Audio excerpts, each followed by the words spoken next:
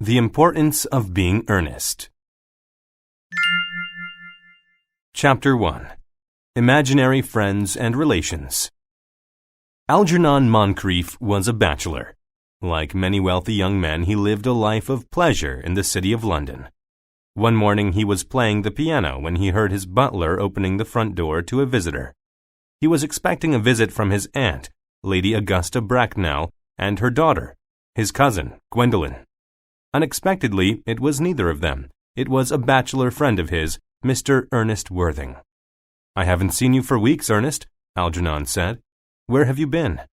"I have been away in the country," Ernest replied. "As you know, I am in love with your cousin, Gwendolen, and I have come to London to ask her to marry me."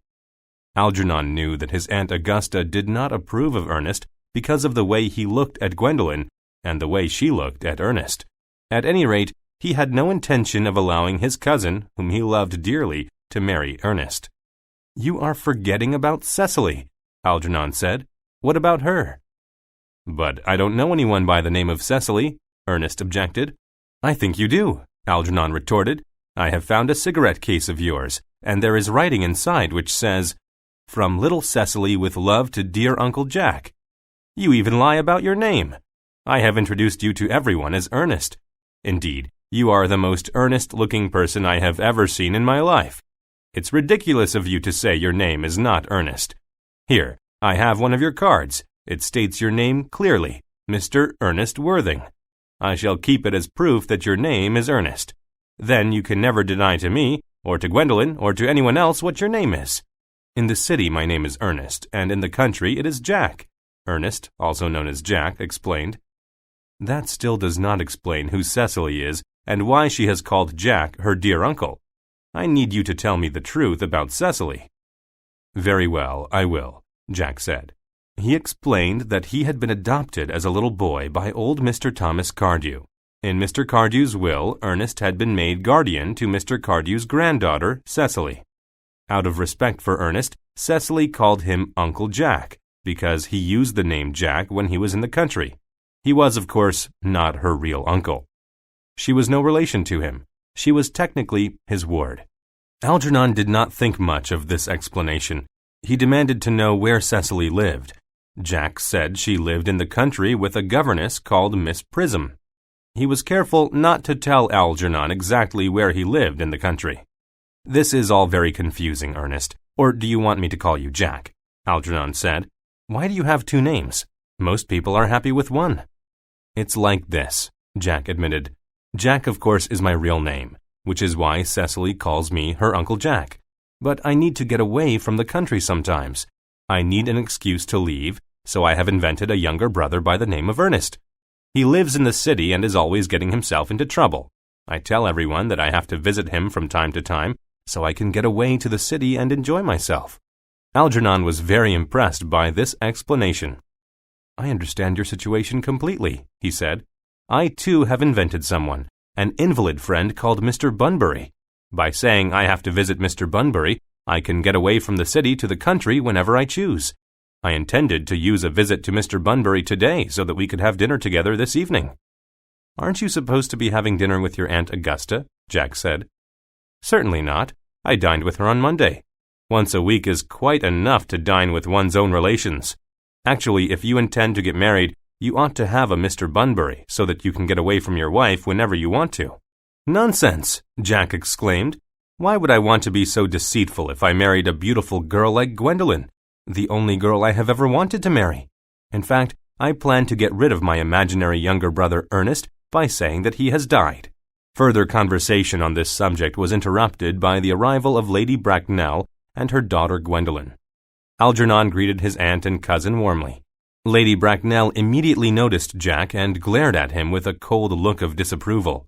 She had invited Algernon to dinner that evening, but he had refused the invitation, explaining that his invalid friend Bunbury was very ill and he had to go at once to his assistance. But here Algernon was with Earnest Worthing.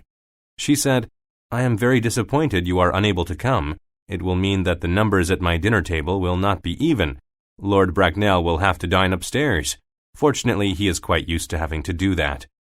She added that she found it very strange that Mr. Bunbury seemed to suffer from such extremely bad health. "If you want my opinion," Lady Bracknell declared, "it's time Mr. Bunbury made up his mind whether he's going to live or die. Illness of any kind is not something I encourage in other people. Anyway, I'll be most grateful if you will ask Mr. Bunbury not to be ill on Saturday.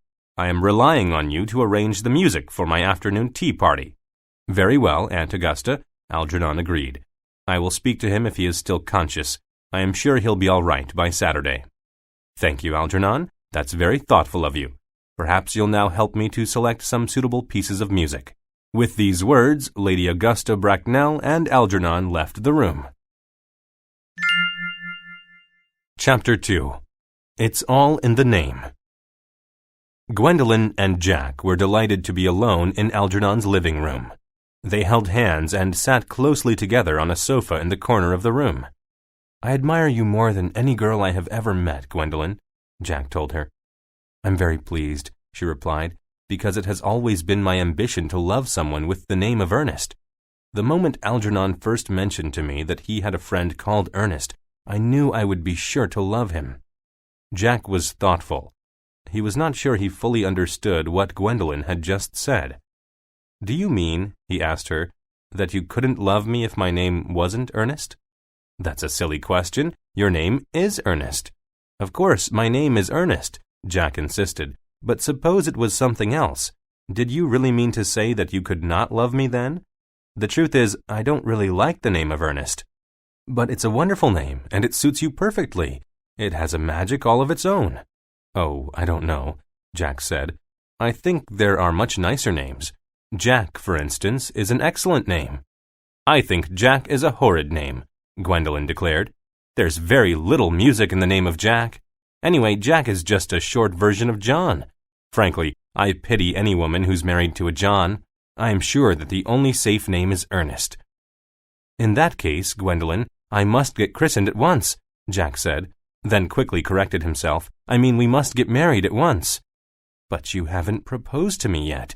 You must propose to me properly." "Oh, very well." Jack immediately bent down on one knee. "Gwendolen, will you do me the honor of becoming my wife?"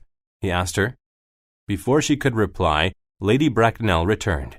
Seeing Jack on his knees before her ward, she demanded, "What do you think you are doing, Mr. Worthing?" Quickly, Gwendolen answered for him. "Ernest has asked me to marry him, and I have accepted his proposal," she said, "so we are now engaged to be married." "Nonsense!" Lady Bracknell exclaimed. "You are not engaged to anyone, least of all to this young man. No girl should arrange her own engagement. It is only a girl's parents who should arrange such an important event. Now leave me alone with Mr. Worthing. I wish to speak to him privately." As soon as Gwendolen had left the room, Lady Bracknell took a notebook and pencil from her handbag. She said to Jack, "Mr. Worthing, you are not on my list of suitable young bachelors. However, I will include you if I am satisfied with the answers to the questions I am going to ask. What is your age? Have you been suitably educated? For which political party do you vote? How much money do you earn? Most importantly, who were your parents?" "I have lost both my parents," Jack told her, answering her last question first. This answer did not please Lady Bracknell. "To lose one parent, Mr. Worthing, may be regarded as unfortunate," she said. "To lose both looks absolutely careless. Who was your father?" Jack told her sadly that he really didn't know. He added, "When I said I had lost my parents, it would have been more accurate to say that they had lost me." "Lost you?" she repeated, almost shocked. "Yes, Lady Bracknell. I was found." "Found?" "Yes, I was found in a handbag." "A handbag? And where was that handbag?"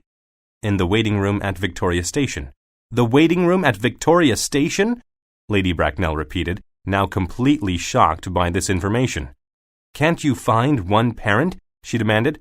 "I have no idea where to look," Jack told her. He then asked, "If I can show you the handbag, would that be sufficient proof for you, Lady Bracknell?" Lady Bracknell was horrified. "Certainly not," she said angrily. "It is impossible for Lord Bracknell and me to allow our precious daughter to marry a man that was found in the waiting room of a railway station." And with these words, she departed. When Algernon returned a few minutes later, He found Jack in a very bad temper. "Has Gwendolen refused your proposal of marriage?" he asked his friend. "No, she has accepted me. It is her awful mother who is causing all the trouble." "I am not surprised," Algernon said. Then he asked Jack, "Have you told Gwendolen the truth about being Ernest in the town and Jack in the country?" "I don't think it's the kind of thing to tell a young lady." "So she doesn't know about Jack's difficult younger brother Ernest?"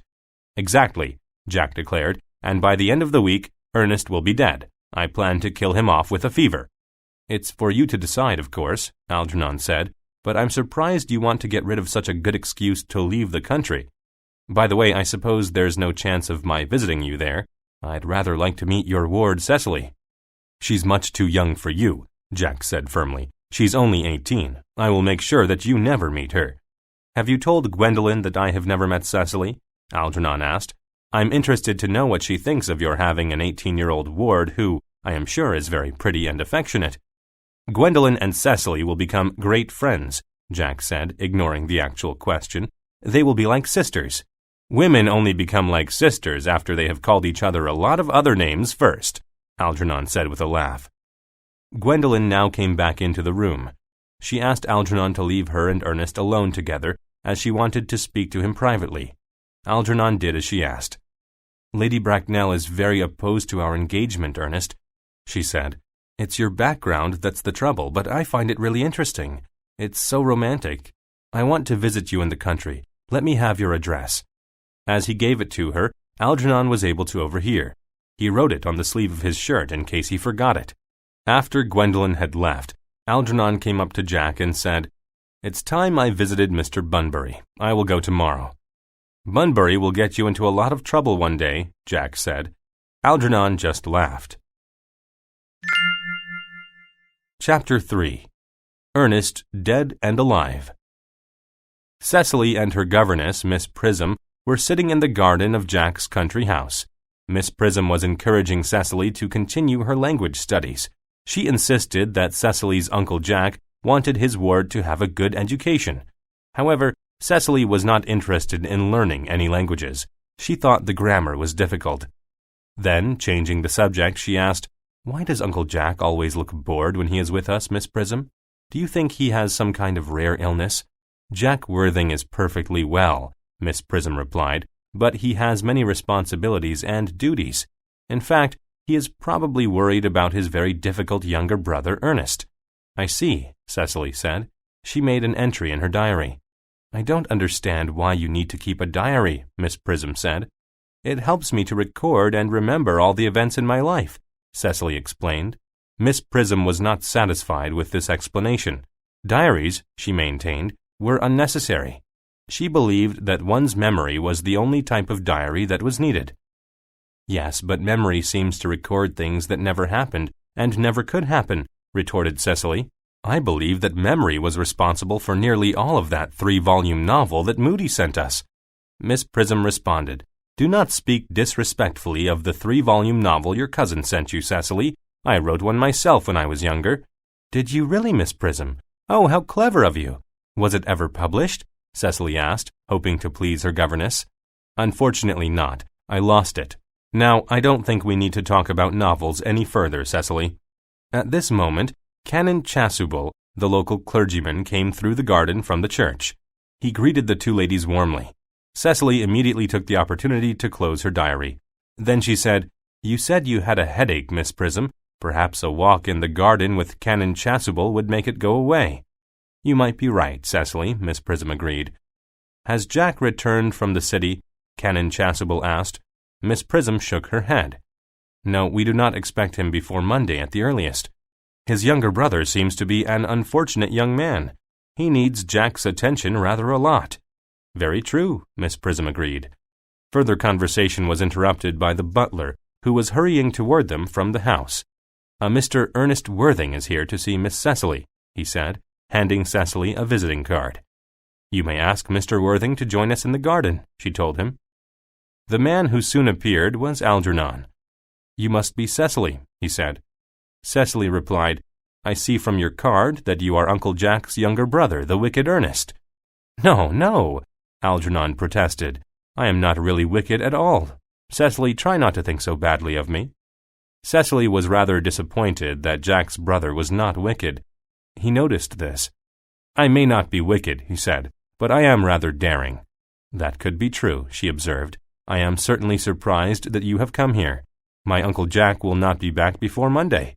Perhaps you would like to stay here until he returns." "You are most kind," Algernon said, "but I must leave before Monday." "I suppose you know," Cecily informed him, "that Uncle Jack is in the city buying clothes for you, Ernest." "Oh? Why?" "Because he believes you always buy ugly ties. You have to be properly dressed, especially as he is planning to send you to Australia. Didn't you know?" Algernon exclaimed that he did not know, adding, "I would rather die than go to Australia." "Well," Cecily said, "Uncle Jack has been talking about sending you to Australia quite a lot recently." "I am perfectly content in England," Algernon declared. "It is quite good enough for me." "That may be, Ernest," Cecily said, "but are you quite good enough for England?" Algernon agreed that perhaps he wasn't. Then quickly he said, "But I would be if you would help me to reform my ways." "I suppose I could try," Cecily said. She thought she might be fond of Ernest. Sensing this, he said, "Cecily, you are like a beautiful pink rose." This did not please her. "I'd rather you do not speak to me in such a way," she objected. "My governess has always taught me that good looks are a trap." "A trap that every sensible man would like to be caught in," Algernon remarked. "Well, I certainly do not want to trap a sensible man," Cecily said, laughing. "He'd be so boring. I can't imagine what sensible people talk about." By this time, Canon Chasuble and Miss Prism had returned to the house from their walk. To Miss Prism's surprise, Jack was there, dressed in the deepest mourning, including a black hat and black gloves. "Why have you returned early?" Miss Prism asked. "And why are you wearing mourning clothes? I hope there has not been a terrible accident," Canon Chasuble said. "It's my brother, Ernest," Jack explained. "He is dead." "Oh, I am so sorry. Please accept my sympathy," the Canon Chasuble said. Miss Prism was not sympathetic. "Ernest deserved to die young after leading such a wicked life," she remarked.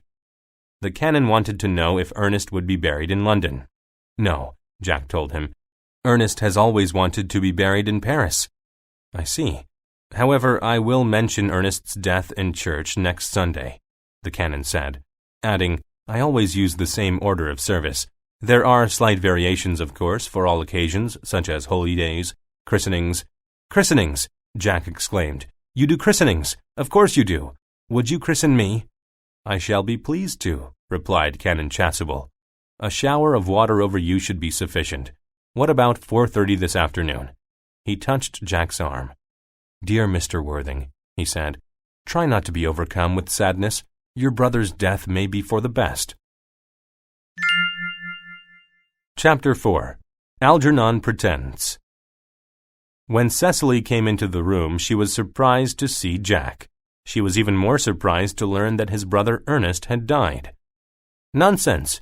she exclaimed, and went out to fetch him. Miss Prism and Canon Chasuble thought it most strange that Jack was in mourning for his brother's death when his brother had not, in fact, died, but for the moment they said nothing. Then she returned, hand in hand with Algernon. Jack was appalled to see his friend. He had no idea the man would come to his house. He had deliberately avoided giving him his country address. "Ernest has been telling me about his poor invalid friend, Mr. Bunbury," she said. Jack was furious with Algernon, so he took him aside. "Algernon, you are a rogue," he told him. "Leave this house at once." He rang for the butler to order a carriage to take Algernon to the station, but Algernon informed Jack that he had no intention of leaving. "I'm in love with Cecily," he explained. "That is why I'm staying here." He called over to Cecily and asked her, "Please tell Jack how you feel about me.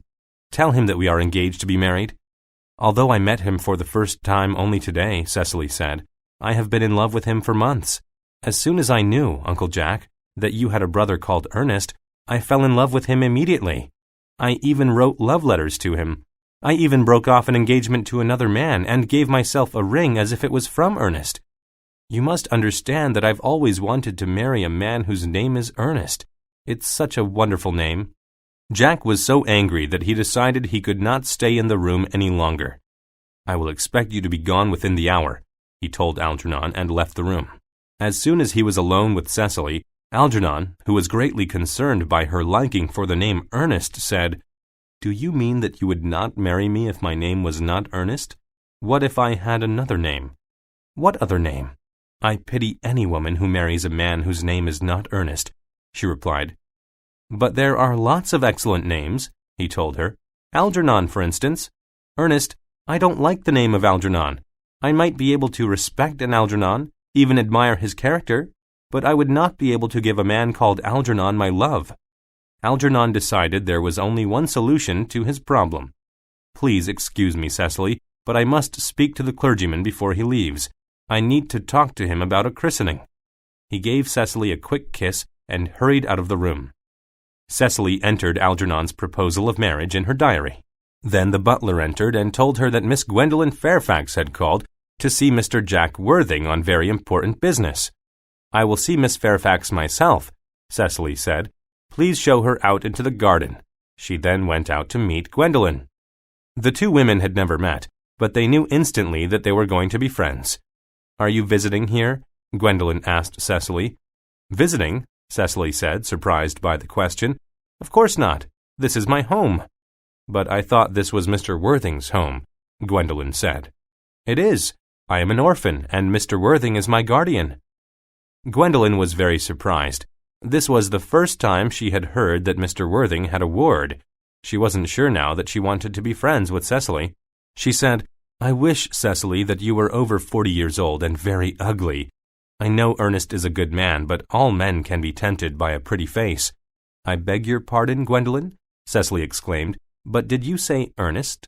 "Yes, Cecily." "But it is not Mr. Ernest Worthing who is my guardian. It is his older brother Jack." "Really? Ernest never mentioned to me that he had a brother." Cecily explained that was probably because the two brothers had not been on good terms for some time.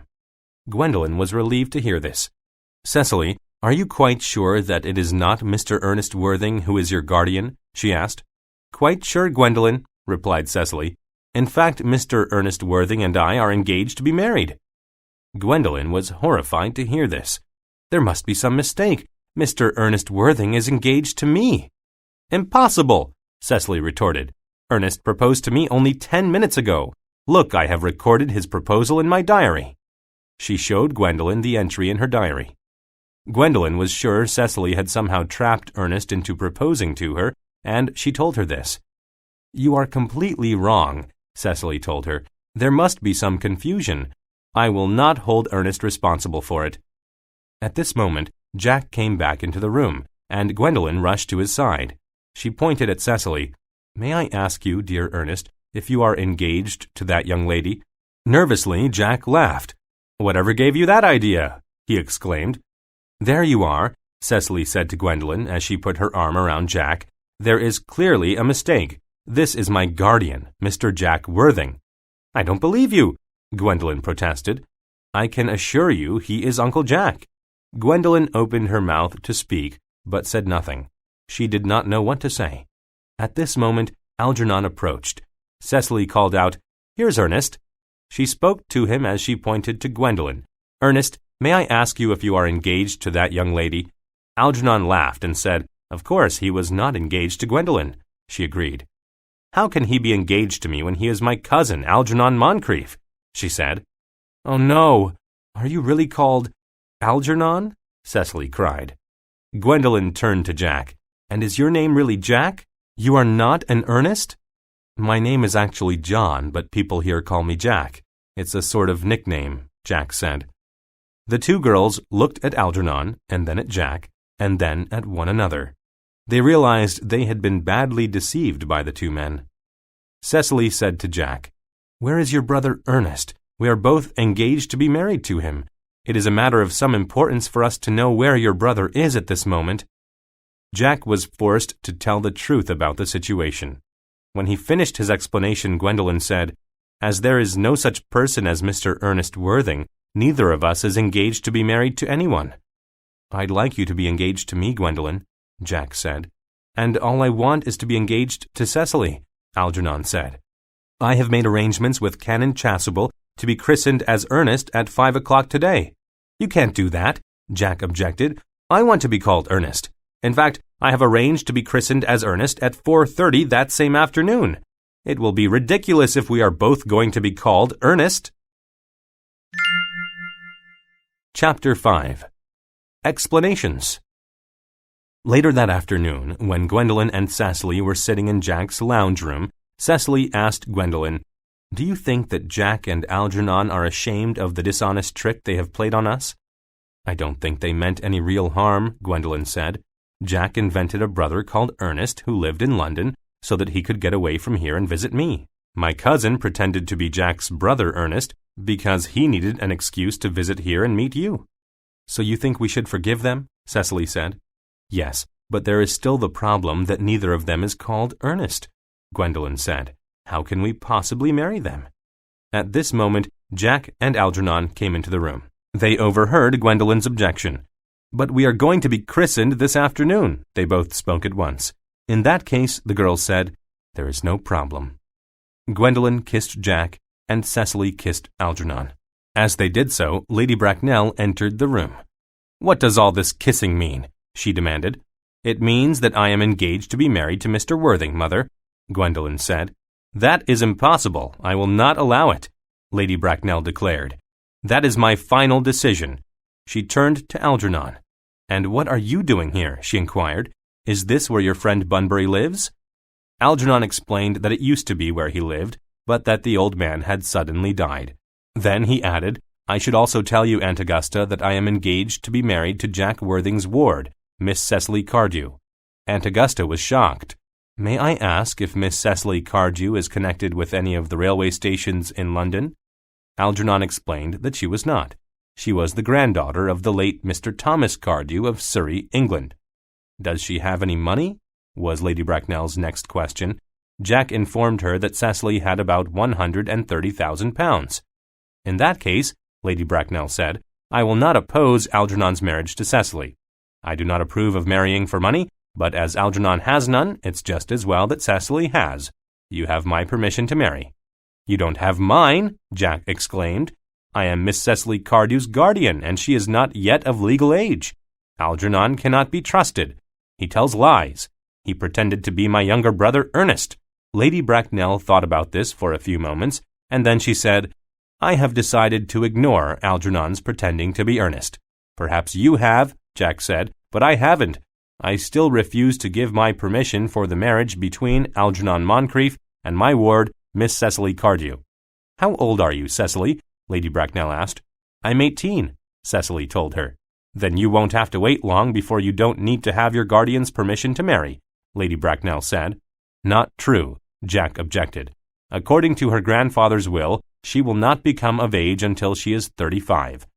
Algernon said, "I will wait for Cecily forever." "I don't want to wait," Cecily said, "and I won't." Lady Bracknell wanted Algernon to marry Cecily because the girl had money and her nephew had none. She turned to Jack. "What can I say," she asked, "that will make you change your mind and allow your ward to marry Algernon?" Jack replied, "The minute, Lady Bracknell, you agree to my marriage with Gwendolen, I will give permission for my ward, Miss Cecily Cardew, to marry your nephew, Algernon." Before Lady Bracknell could reply, Canon Chasuble appeared at the door and informed everyone that everything was quite ready for the christenings. "What christenings?" demanded Lady Bracknell. "How can there be christenings before there have been marriages?" Canon Chasuble looked puzzled and pointed to Jack and Algernon. "Both these gentlemen have expressed a desire to be christened," he said. "What nonsense!" Lady Bracknell declared. She turned to her nephew. "I forbid you to do this." Realizing that there was a difficult situation, Canon Chasuble said he ought to return to the church. "I have a Miss Prism waiting to see me," he explained. "Did you say Miss Prism?" Lady Bracknell demanded. "Yes, Lady Bracknell," Canon Chasuble replied. "Is this Miss Prism rather plain to look at and a governess?" she asked next. Jack interrupted and said that Miss Prism had been a friend and Cecily's governess for the past 3 years. Lady Bracknell demanded to see Miss Prism at once. When the governess entered the room and saw Lady Bracknell glaring at her with a cold look, she went pale and looked very uncomfortable. "Prism," said Lady Bracknell, "come over here at once." Where is that baby? 28 years ago, Prism, you left Lord Bracknell's house. You were in charge of a pram that contained a baby boy. You never returned. A few weeks later, the pram was found by the police. Inside, there was nothing but the pages of a 3-volume novel. Prism, where is that baby? I don't know, Miss Prism replied nervously. I took the baby out for a walk in his pram as usual. I carried a large handbag. I had intended to put the 3-volume novel I had been writing into the handbag, but I became confused. I put the novel in the pram and placed the baby in the handbag. I left it in the waiting room of Victoria Station. To everyone's surprise, Jack cried out, "Wait!" and rushed out of the room. A few seconds later, they heard loud noises coming from upstairs. Then Jack ran back into the room carrying a large black handbag. Was this the bag? He asked Miss Prism. She looked inside. Yes, it is, she said. There are some letters of mine in it. Oh, I am so pleased to have it back. Jack said sadly, I was the baby you placed in the bag. You? Miss Prism exclaimed. Lady Bracknell said, An explanation is necessary. This young man is the lost son of my sister, Mrs. Moncrief. He is therefore Algernon's older brother and my nephew as well. Jack said, Do you know, Aunt Augusta, if I had been christened before I was lost? I am sure you were, Lady Bracknell replied, but I cannot remember for the moment what you were called. You would probably have been named after your father. He was a general in the army in India. Jack hurried to a bookshelf and took down a book that listed the names of all the army officers in the Indian Army. He soon found the name he was looking for. Moncrief, he said. General. Christian names, Ernest John. He turned to Gwendolen and shouted with delight, I told you my name was Ernest, and it really is. My own Ernest, cried Gwendolen, and threw her arms around him. Jack and Gwendolen cried out, Together forever. My nephew, said Aunt Augusta. My brother, exclaimed Algernon, taking Jack's arm. My aunt, said Jack. I have now realized for the first time in my life the vital importance of being earnest.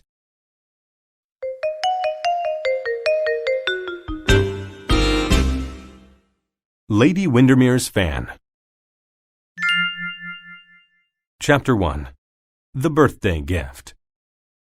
Lady Margaret Windermere was in her living room arranging flowers in a blue bowl when Parker, the butler, announced the arrival of Lord Darlington.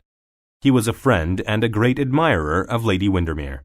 She was pleased to see him, as there was something she wanted to say to him.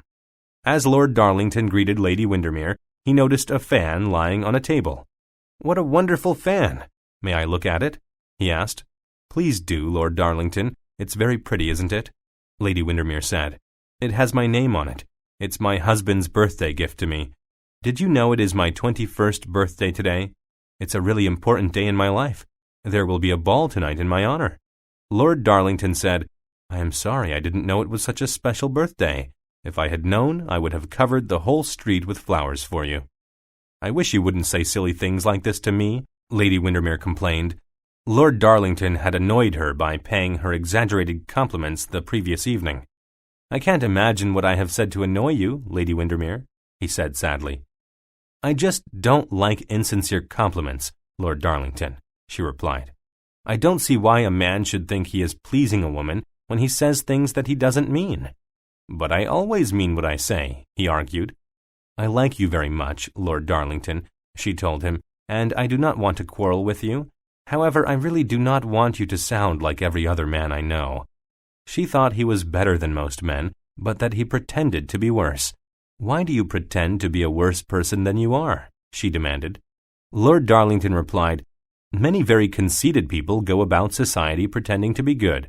I feel it shows a simple and better nature to pretend to be bad. If you pretend to be good, the world takes you very seriously. If you pretend to be bad, it does not. Lady Windermere was thoughtful for a moment or two, and then she said, Do you want people to take you very seriously? You are the only person I want to take me very seriously, he replied. This reply made Lady Windermere curious. And why is that? She asked him. He smiled. One day you might need a good friend. We're good friends already, she told him, and will stay good friends for as long as you do not pay me silly compliments. She felt this way because of the strict manner in which she had been raised by her Aunt Julia, who had taught her the difference between right and wrong. This allowed for no excuses in any situation. There was only one way to behave, and that was the correct way. When she explained how she felt and why to Lord Darlington, he was amazed. "In that case," he said, "I suppose you think it unfair that if a man is unfaithful to his wife, then his wife has no right to be unfaithful to him." "Exactly," Lady Windermere exclaimed. "Even if a husband is not loyal, the situation will not be improved by his wife acting in the same way. The whole situation would be vile." She knew, though, that many people in society did not agree with her. There was a lot of very bad behavior in society. She wondered out loud where all the good people had gone. Lord Darlington shook his head. He did not agree with her. "In my opinion," he said, "these good people you refer to cause a great deal of harm in the world. The greatest harm they do is to make bad behavior seem to be extraordinarily important, and I think it is ridiculous to divide people into good and bad." He thought that Lady Windermere was too critical of modern life. However, he said, "I agree that it is true some people deserve criticism. For instance, most women these days seem to be too interested in money." "I'm not talking about money, and you know it," Lady Windermere retorted. She was beginning to feel quite angry. "I am talking about women who are unfaithful to their husbands." "You think they should never be forgiven," Lord Darlington said. "I do," Lady Windermere said firmly, "and the same applies to men who are unfaithful to their wives." "And you would make no exceptions to this rule?" "None. I would not excuse any behavior that was wrong." "Then I have to tell you that I think you have extremely high standards and narrow views." At this point, the discussion between Lord Darlington and Lady Windermere was interrupted by the arrival of the Duchess of Berwick and her daughter Agatha. The Duchess said how much her daughter was looking forward to Lady Windermere's ball that evening, and that Lady Windermere's home was the one place where she felt her daughter could visit safely. "I worry about some of the awful people who go to other parties in London," she said. "You can be sure, Duchess," Lady Windermere told her, "that I will have no one in my house about whom there is any scandal." Lord Darlington laughed. "That means that I will not be able to visit," he exclaimed. Lady Windermere was not amused. "Lord Darlington," she said, "your conversation is very shallow. Why do you treat everything as a joke? Life is far too important to discuss anything seriously." The Duchess was very amused by Lord Darlington's response. She told him he was a charming, wicked creature, and asked him what he really meant by the remark. "Oh," he said, "I'd better not explain. It's much more fun to be mysterious." He then asked Lady Windermere if he could come to her party that evening. She agreed, but only if he promised not to say foolish things to her. He nodded, said goodbye to the two ladies, and departed. Chapter 2. Unwelcome News. As soon as Lord Darlington left, the Duchess sent Agatha away to look at the scenery while she sat down with Lady Windermere. She remarked how nicely Lady Windermere was dressed. Then she said how sorry she felt for her. Lady Windermere was surprised by this remark. "Why do you feel sorry for me?" she wanted to know. "Because of that awful woman," the Duchess explained. Lady Windermere did not know who the Duchess was talking about. "What awful woman?" she demanded. "That woman with a disgraceful past, of course," the Duchess said. "My brother Augustus seems to be very impressed by her, but society has no room for a person like that." "I still don't know who you are talking about, Duchess," Lady Windermere said. "Mrs. Erlynne, of course." "Mrs. Erlynne? I have never heard of Mrs. Erlynne. What is the connection between me and the woman?" The Duchess was surprised Lady Windermere did not know about Mrs. Erlynne. All her friends were very unhappy about the situation. "My dear, I am amazed that of all the men in London, Lord Windermere has behaved in such a way," the Duchess explained. Lady Windermere still did not know what the Duchess was talking about. "I don't understand," she said. "What is the connection between my husband and this Mrs. Erlynne?" "Mrs. Erlynne has rented a house in London. Lord Windermere has been seen frequently visiting her there." Lady Windermere turned pale, but she said nothing. "Apparently," the Duchess continued, "Mrs. Erlynne has obtained a great deal of money from someone, because until 6 months ago she was quite poor.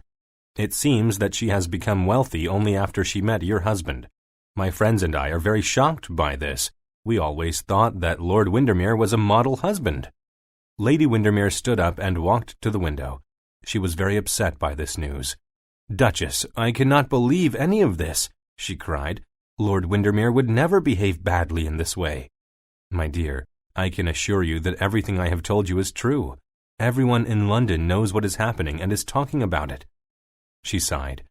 "My own husband has always been attracted to other women," she said, "but he never gives them large sums of money. He has far too many principles to do that." Lady Windermere found it difficult to believe what the Duchess had just told her. She was sure her husband would not behave in this way. She stood silently for a moment, and then she said, "Duchess, do you think all men are bad?" The Duchess smiled.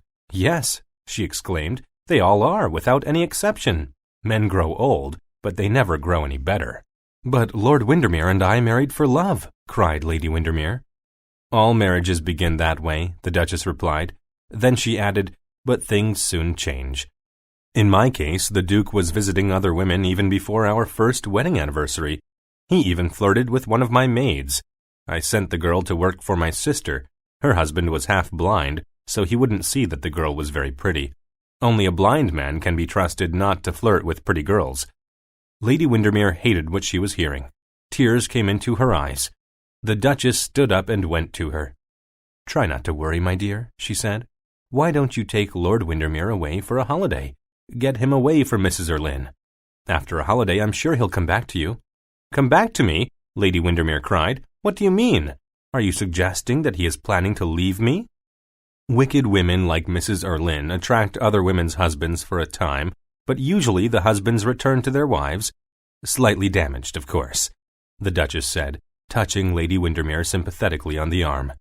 At this moment, Agatha returned from the garden, and the subject of Lord Windermere's behavior was dropped. The Duchess thanked Lady Windermere for inviting Mr. Hopper, a rich young Australian, to the ball that evening. She thought he was attracted to Agatha. Then, reminding Lady Windermere to be sure to take Lord Windermere away for a holiday, she left with her daughter. Lady Windermere stood by the window, wondering about the money being paid for Mrs. Erlynne's rent. Could it be coming from her husband? She thought. She decided to try to find out. She went to Lord Windermere's desk and searched through his papers. She found a bank book and opened it carefully. There were payments to Mrs. Erlynne, all recorded in the book in detail. Dismayed, Lady Windermere threw the account to the floor. She stood, shaking with anger and disappointment. It was not long before Lord Windermere returned home and entered the room. Seeing the account book on the floor and his wife standing there, staring down at it, he was very angry. "Why have you been looking at my private bank records? Why have you spied on me?" Tight-lipped, Lady Windermere replied, "I have just heard about Mrs. Erlynne. I am appalled by the large sums of money you have paid to that vile woman." "She is not a vile woman," Lord Windermere objected. "Why are you paying her rent for her?" "I feel sorry for the woman," Lord Windermere said. "At one time she was a greatly admired and respected woman, but she made a bad mistake in her life, and she is now suffering for it. She needs help in becoming accepted in society again. I am helping her. I have been hoping that you would help her too." "Help her? Why should I help her? She is nothing to me." "You are being unkind, and judging a woman you know nothing about. There is nothing between her and me except friendship." Lord Windermere walked toward his wife. "My dear," he said, "I want you to invite her to your ball tonight." "I will do no such thing. I suppose you want her to show everybody how close she is to you," Lady Windermere exclaimed angrily. "You could not be more wrong," Lord Windermere replied. "Mrs. Erlynne does not want to do that at all. She wants to meet you because she has heard that you are such a good woman. She hopes that if you welcome and accept her, other people might do the same." "I will not invite this Mrs. Erlynne to the ball. That is my final decision," Lady Windermere said, and moved away from her husband. She could not understand how he could ask her to do such a thing. Lord Windermere said, "You good women are so hard-hearted and superior. If you will not invite Mrs. Erlynne to the ball, then I will." And with these words he walked to his desk, sat down, and wrote out an invitation. Lady Windermere became very angry with him. "If Mrs. Erlynne comes to the ball," she snapped, "I will completely ignore her. In fact, I will insult her. I'll strike her in the face with the fan you gave me for my birthday." Lord Windermere was very shocked by his wife's attitude. He found it hard to believe that she would even consider behaving in such a way. He told her that if she behaved badly to Mrs. Erlynne, she would be pitied by her friends. "I will tell the butler to announce clearly the names of the guests as they arrive," Lady Windermere said. "Then I will be able to know when Mrs. Erlynne arrives. If you want to avoid a public scandal, you will not send the woman an invitation. I warn you." Lord Windermere did not know what to do. He was afraid that if he told his wife the truth about Mrs. Erlynne, she would be deeply ashamed, so ashamed that she might become very ill. Chapter 3. The Invitation. Lady Windermere's ball was a brilliant affair. The ballroom was decorated with flowers and colored lights. As Lord and Lady Windermere welcomed the guests, the band played in the background. The Duchess of Berwick and her daughter Agatha arrived early and looked about for Mr. James Hopper. He was a single man, and the Duchess was interested in finding him quickly. She wanted Agatha to take him to the terrace and get to know him. The Duchess was pleased that Lady Windermere had organized dance cards for the girls. It was a way of making sure that they all had at least one dance. There was nothing worse for a mother, she thought, than taking her daughter to a ball and the girl never being invited to dance. Soon after the Duchess's arrival, Mrs. Cowper, Lady Stutfield, Sir James Royston, and Mr. Guy Berkeley were announced by the butler. A few minutes later, the butler announced more guests, among whom was James Hopper. He greeted Lady Windermere and the Duchess and bowed to Agatha. "I'm so glad you have arrived early, Mr. Hopper," the Duchess said. "Agatha is most interested in hearing all about Australia. I have heard that it is a very young country. Did you ever see those dear little animals jumping about?" With a laugh, Mr. Hopper said, "I have seen kangaroos, yes, but I don't think Australia is any younger or older than any other country." Then he turned to Agatha and said, "May I have a dance with you?" "Do you have a dance left on your card?" the Duchess said. She knew that her daughter's card was almost empty, but she did not want Mr. Hopper to know this. Agatha pretended to study her card. "I think I can find one for you, Mr. Hopper," she said. "In fact, it so happens that I have the next dance free." "Excellent," Mr. Hopper said, and led her to the dance floor. In another part of the ballroom, Lord Windermere approached his wife. "Margaret," he said, "I urgently want to speak to you." Lady Windermere was still angry with him. "Later," she said coldly and moved away. The butler now announced the arrival of Lord Darlington and an elderly gentleman, Lord Augustus. He was the Duchess's brother. He walked over to Lord Windermere. "Who is that woman everyone is talking about?" he demanded. "Where did she come from?" "If you mean Mrs. Erlynne," Lord Windermere said, "I cannot tell you much about her. I met her only 6 months ago. Until then, I didn't know she existed." "Well, Lord Windermere, you have seen a good deal of her since then," Lord Augustus said knowingly. "All the women are making unkind remarks about her. In fact, they are stripping her character naked. But, as I said to my sister, what does it matter? The woman has a very good figure, and I hear she is very clever. Do you think she will eventually be accepted into London society?" Lord Windermere told Lord Augustus that Mrs. Erlynne had been invited to the ball. Lord Augustus was surprised and delighted. "I'm sure," he said, "that an invitation from Lady Windermere will help Mrs. Erlynne to be accepted." Lord Windermere did not tell him that he, not his wife, had sent the invitation. Mr. Cecil Graham now arrived and greeted Lord Windermere. He said he was not particularly well that evening, probably because he had just come from dinner with his parents. His father had given him a lecture on morals. "I told him that I know what is good behavior and what is not," Mr. Graham said. Then, turning to Lord Augustus, he remarked, "I heard a rumor that you're getting married again, my lord." Lord Augustus, who was elderly and often confused, replied, "I have a very bad memory, I'm afraid, but you could be right. No doubt the lady in question will know if she's going to marry me." Lord Windermere, who was not interested in the conversation, excused himself and hurried toward his wife. "Margaret," he said, "I do hope you didn't mean what you said earlier about Mrs. Erlynne. If you are rude to her or upset her, you will bring shame on us both. Please trust me.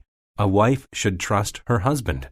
"London is full of unhappy women who have trusted their husbands," Lady Windermere declared, "but I am certainly not going to be one of them." She moved away and spoke to Lord Darlington.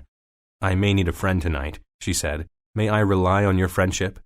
"Of course, Lady Windermere," he replied. "I am at your service." He accompanied her to the terrace where they could talk in private. Lord Windermere was in a very difficult situation.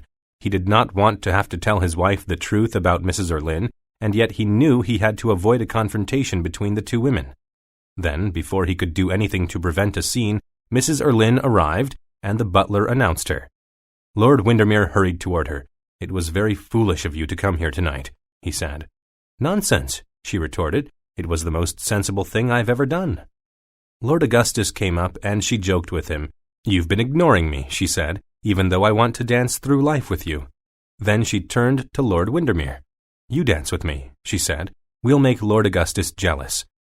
Lord Windermere did not want to dance with her, but he thought it would be rude not to, so he bowed and walked with her to the dance floor. Some of the other guests watched with interest. Lady Plymdale told Mr. Dumby that she had heard the most terrible things about Mrs. Erlynne. She could not understand why Lady Margaret Windermere, who always said and did the right thing, had invited Mrs. Erlynne to the ball, particularly as everyone knew the woman was believed to be ruining Lord Windermere financially. Chapter 4. A Letter for Lord Windermere. Lord Darlington and Lady Windermere returned from the terrace, where they had been talking. Lady Windermere was explaining that she could not bear to have Mrs. Erlynne in her house. "And why did you not tell me about this, Mrs. Erlynne?" she demanded. "My dear Lady Windermere," Lord Darlington replied apologetically, "if I had known Mrs. Erlynne intended to come to the ball, I would certainly have warned you." "You are aware, I suppose," Lady Windermere said, "that I did not ask the woman to come here. My husband insisted against my wishes." She felt that every woman was laughing at her as Mrs. Erlynne danced past with Lord Windermere. She could not understand her husband's behavior, as she had always been a faithful wife to him. When she expressed her dismay to Lord Darlington, he advised her not to continue to live with an unfaithful man. "But what am I to do, Lord Darlington?" Lady Windermere cried. "You said you would be my friend. You must tell me what I am to do." To Lady Windermere's surprise and horror, Lord Darlington replied, "Friendship between men and women is not possible. There is desire, worship, and love, but not friendship." "But you promised that—" Before she could finish her sentence, Lord Darlington declared, "Lady Windermere, Margaret, I love you." For several moments, Lady Windermere was silent. She did not know what to say. She had no idea that Lord Darlington felt this way about her. She had always looked on him as a friend. At last, she found words. "No, no," she cried in dismay. "You are more important to me than anyone in the world. I have loved you for a long time." He moved closer to her to take her hand. "Margaret, I beg you, leave your home and come to mine. You must choose between me and your faithless husband." "But I am a coward," Lady Windermere said, moving a little away from him. "There is nothing to be afraid of," Lord Darlington insisted. "There may be a time of unhappiness, and perhaps even social disgrace, but it will soon pass. No one will blame you. Everyone in London will know you have left your husband because of his relationship with that shameless woman." Lady Windermere knew that he was speaking the truth. No one would blame her for leaving Lord Windermere, and yet it was a big step to take, for any wife to take. "Divorce your husband and marry me, Lady Windermere," Lord Darlington went on. "Try and be brave." Lady Windermere did not know what to think. "I don't know if I can be brave," she said. "I need to think about your proposal. My husband may break off his relationship with Mrs. Erlynne." "Are you saying that you will continue to live with him if he does?" Lord Darlington demanded. "If you do, you'll be the same as any other betrayed wife. It will be much better for you to make a completely new start with me, a man who loves you." Lady Windermere shook her head. She was confused and did not know what to think. "I cannot give you an answer now, Lord Darlington," she said. "I need time to think about my situation." Lord Darlington suddenly looked stern. "I need an answer at once, or I will have to withdraw my offer," he said firmly. "You will break my heart if you say no." "My heart is already broken," Lady Windermere said, her eyes filling with tears. "I cannot give you an answer now." "Then I will leave England tomorrow," Lord Darlington declared. "We will never see one another again." And with these hard words, he turned and walked out of the room. When Lady Agatha and Mr. James Hopper returned from the terrace, the Duchess asked whether they had been talking about Australia. "We have," Mr. Hopper said, "among other things." The Duchess turned to her daughter and whispered, "Did he also propose marriage?" "Yes, Mother," Agatha replied. "And what was your answer?" "I said yes, Mother." The Duchess was delighted. She turned back to James Hopper. "I am extremely happy that you are going to marry my daughter," she said. You can be sure that she will make an excellent wife. I am glad, James Hopper replied, that you are pleased about my taking Agatha back to Australia with me. This was not what the Duchess had thought would happen. She had assumed that when Agatha married, she would live in England with her husband. To Australia? She exclaimed. James, please do not mention that awful place again. But Agatha has told me that she wants to go to Australia with me, James Hopper explained. Is that true, Agatha? The Duchess demanded. Agatha nodded. Yes, Mother. Then you said the most foolish things. There will be no more talk about Australia this evening, the Duchess declared. She was sure that Agatha's father would want to say a few things about Australia the next day. It was now time to leave the ball, so they thanked Lady Windermere for the party. As they were leaving, Lord Windermere and Mrs. Erlynne returned from the dance floor. I'm really enjoying myself, Mrs. Erlynne said. Then she added with a laugh, I have observed that there are just as many fools in society as there have always been. The only thing that has altered is Lady Windermere. She has grown so charming and pretty. The last time I saw her, she looked very plain in a woolen blanket. Then she led Lord Windermere to a sofa and they sat down. I have something to tell you, she said. Lord Augustus has proposed to me. In fact, he has actually proposed several times. Poor Augustus always repeats himself, which is such a bad habit. Anyway, I will need a large amount of money to secure the marriage. About £2,000 will be enough. Lord Windermere was not pleased to hear this. Now is not an appropriate time to discuss money, he said coldly, or blackmail for that matter. You will have to wait until tomorrow. But that will be too late, Mrs. Erlynne argued. I intend to accept Lord Augustus's proposal this evening. A little way apart, Lady Windermere was watching her husband and Mrs. Erlynne speaking together.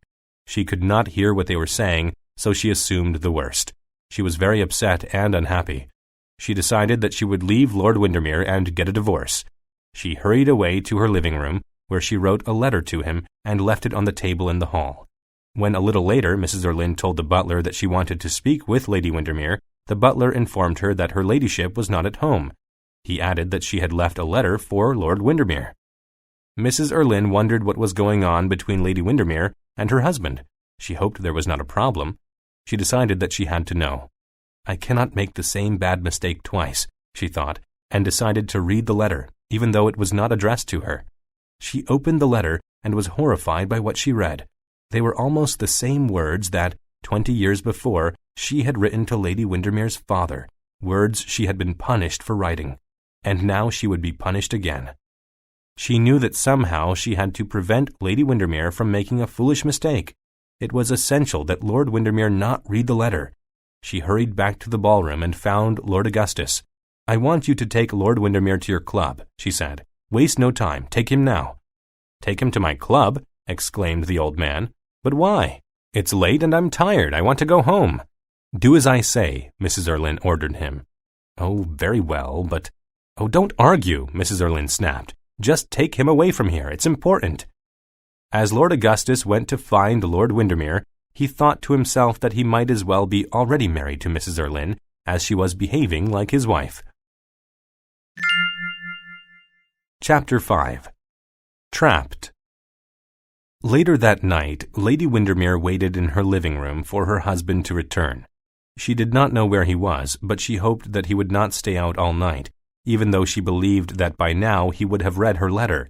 She wondered if it might be better if she went to Lord Darlington and waited at his house to discuss the future with her husband. She felt trapped and did not know what to do.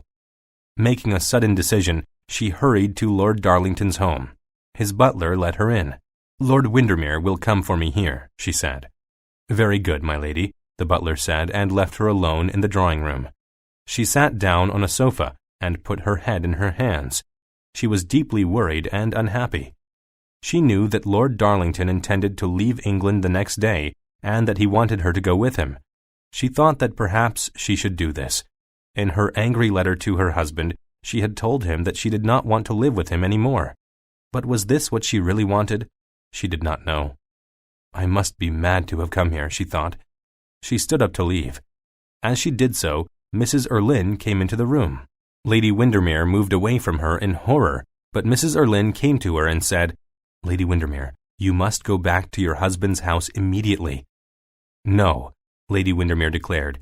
Seeing you again, Mrs. Erlynne, reminds me of how badly Lord Windermere has behaved."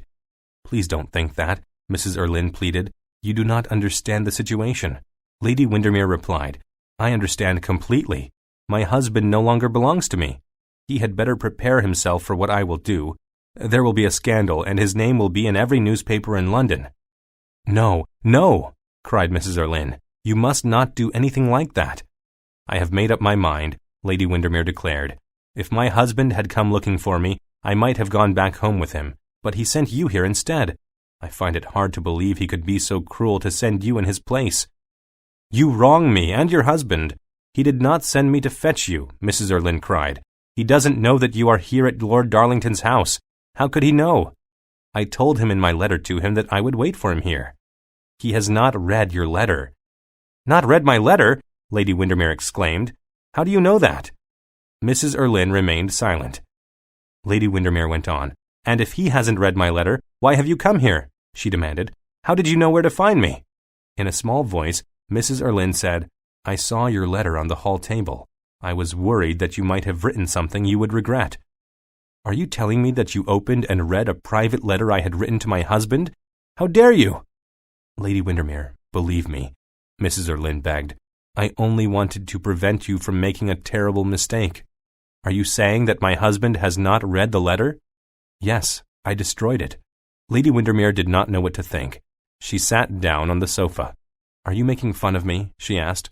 Mrs. Erlynne shook her head. "Not at all. I want to be your friend." "How do I know that I can trust you after what you have done?" "Everything I have done has been to save you from ruin," Mrs. Erlynne said. "Why else would I have come here if it was not to help you? The important thing, Lady Windermere, is for you to go home where your husband will soon be waiting." "I do not love him any more," Lady Windermere said. "I do not want to live with a man I do not love." "Yes, you do," Mrs. Erlynne insisted, "and he loves you." Lady Windermere was silent for several moments. She was not convinced that Mrs. Erlynne was there to help her. At last she said, "You and Lord Windermere, Mrs. Erlynne, don't understand the first thing about love. What sort of life would I have if I returned to my husband? He would still be seeing a vile woman with a shameful past." Mrs. Erlynne begged Lady Windermere not to say such terrible things. They were neither fair nor true. "Listen to me carefully," she said. "You must return to your husband. If you do, neither you nor Lord Windermere will see me again. I will get out of your lives forever." "How can you say that when my husband has given you money? He has been paying for the rent of your house." "It was not for love that he has given me money," Mrs. Erlynne said. "Then what is the reason?" "It is his love for you, Lady Windermere," said Mrs. Erlynne. This made no sense to Lady Windermere. "You cannot expect me to believe that." "You must believe it, for it is the truth. It is because he loves you that he has given me money. It is because he wants to spare you shame and disgrace. You must believe me. If I had known that I would cause all this trouble for you, I would never have come to London. I would rather have died than destroy your marriage to Lord Windermere. Now please, I beg of you, return to your home." Lady Windermere was very confused. She did not understand what Mrs. Erlynne was talking about. What was all this about sparing her from shame and disgrace? She had done nothing wrong. It was her husband who had behaved badly. "You talk as if you have a kind heart," she said, "but I know that women like you are bought and sold by money." "Think what you like about me," Mrs. Erlynne said, "but don't ruin your life the way I have ruined mine.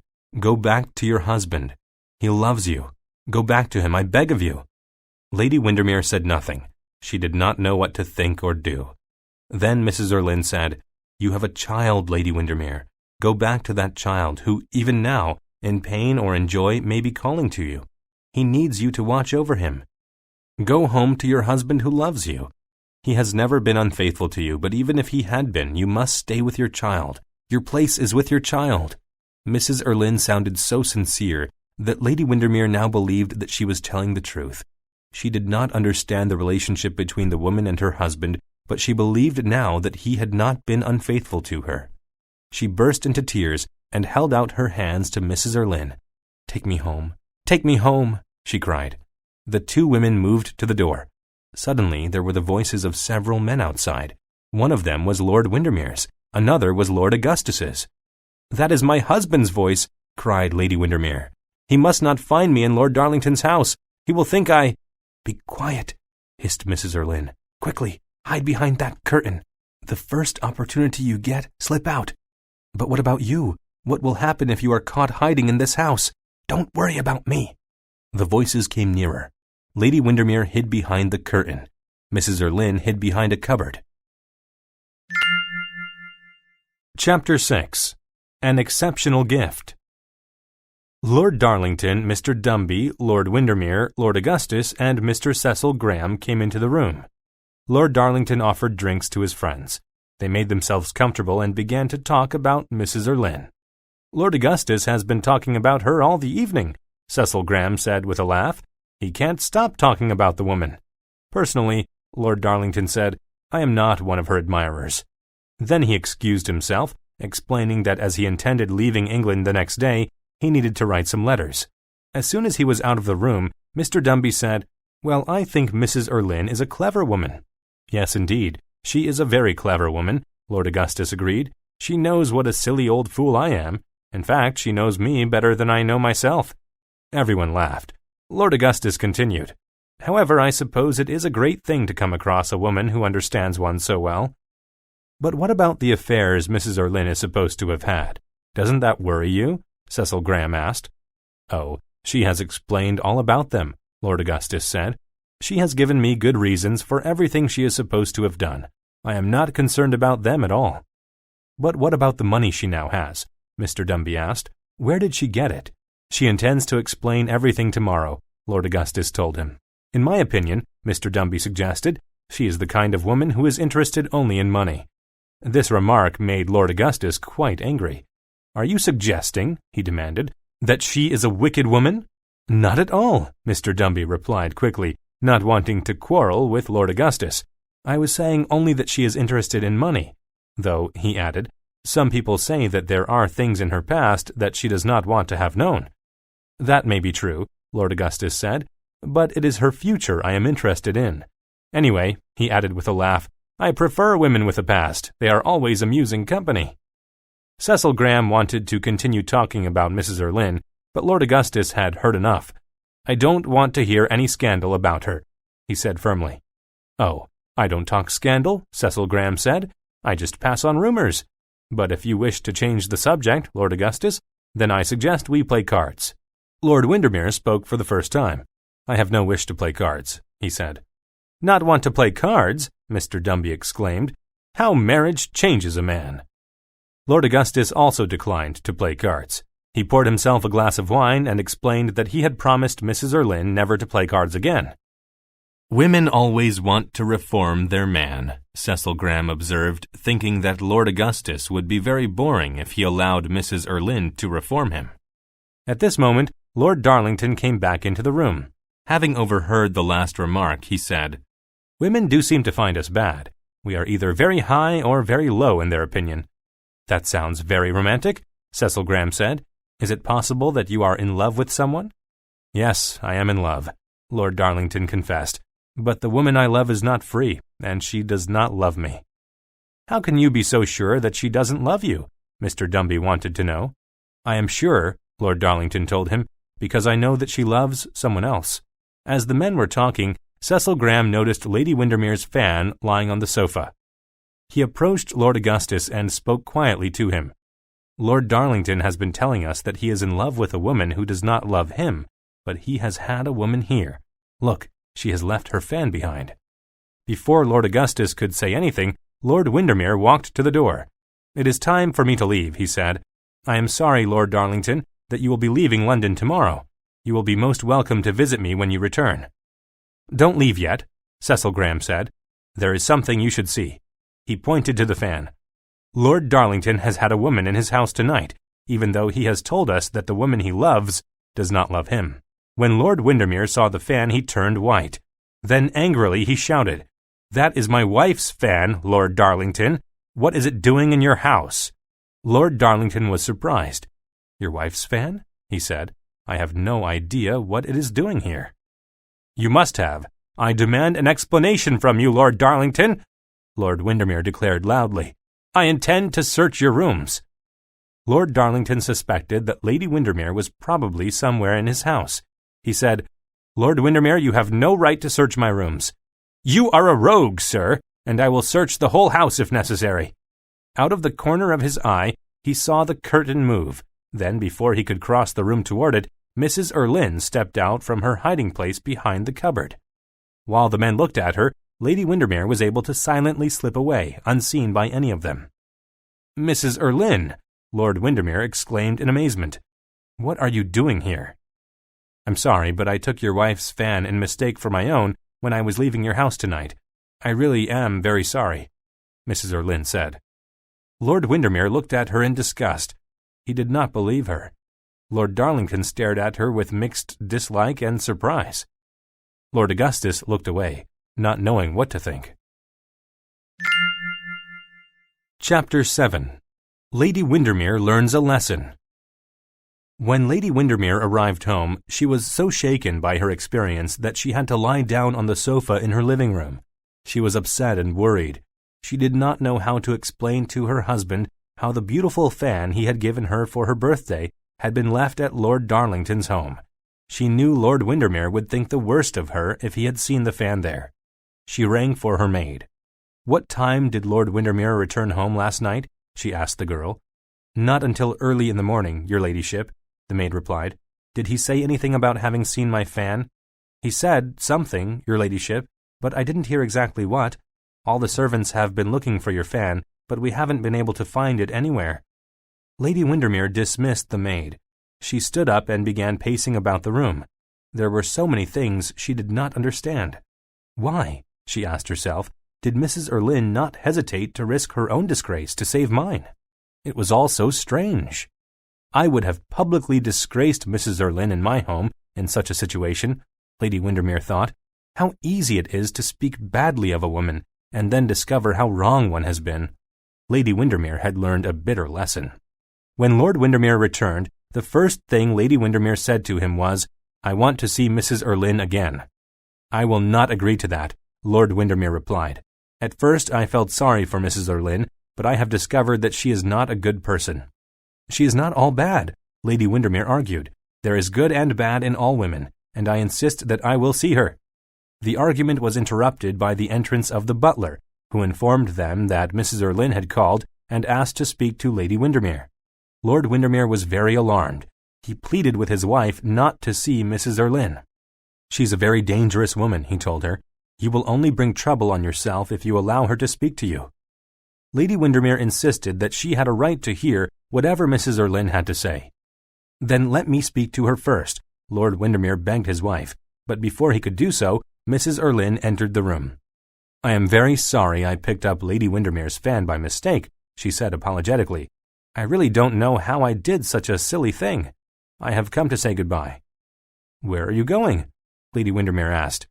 "I am going to live away from England. The English climate doesn't suit me," Mrs. Erlynne said. "My heart is affected here. I do not like London because it is too full of fog and serious people.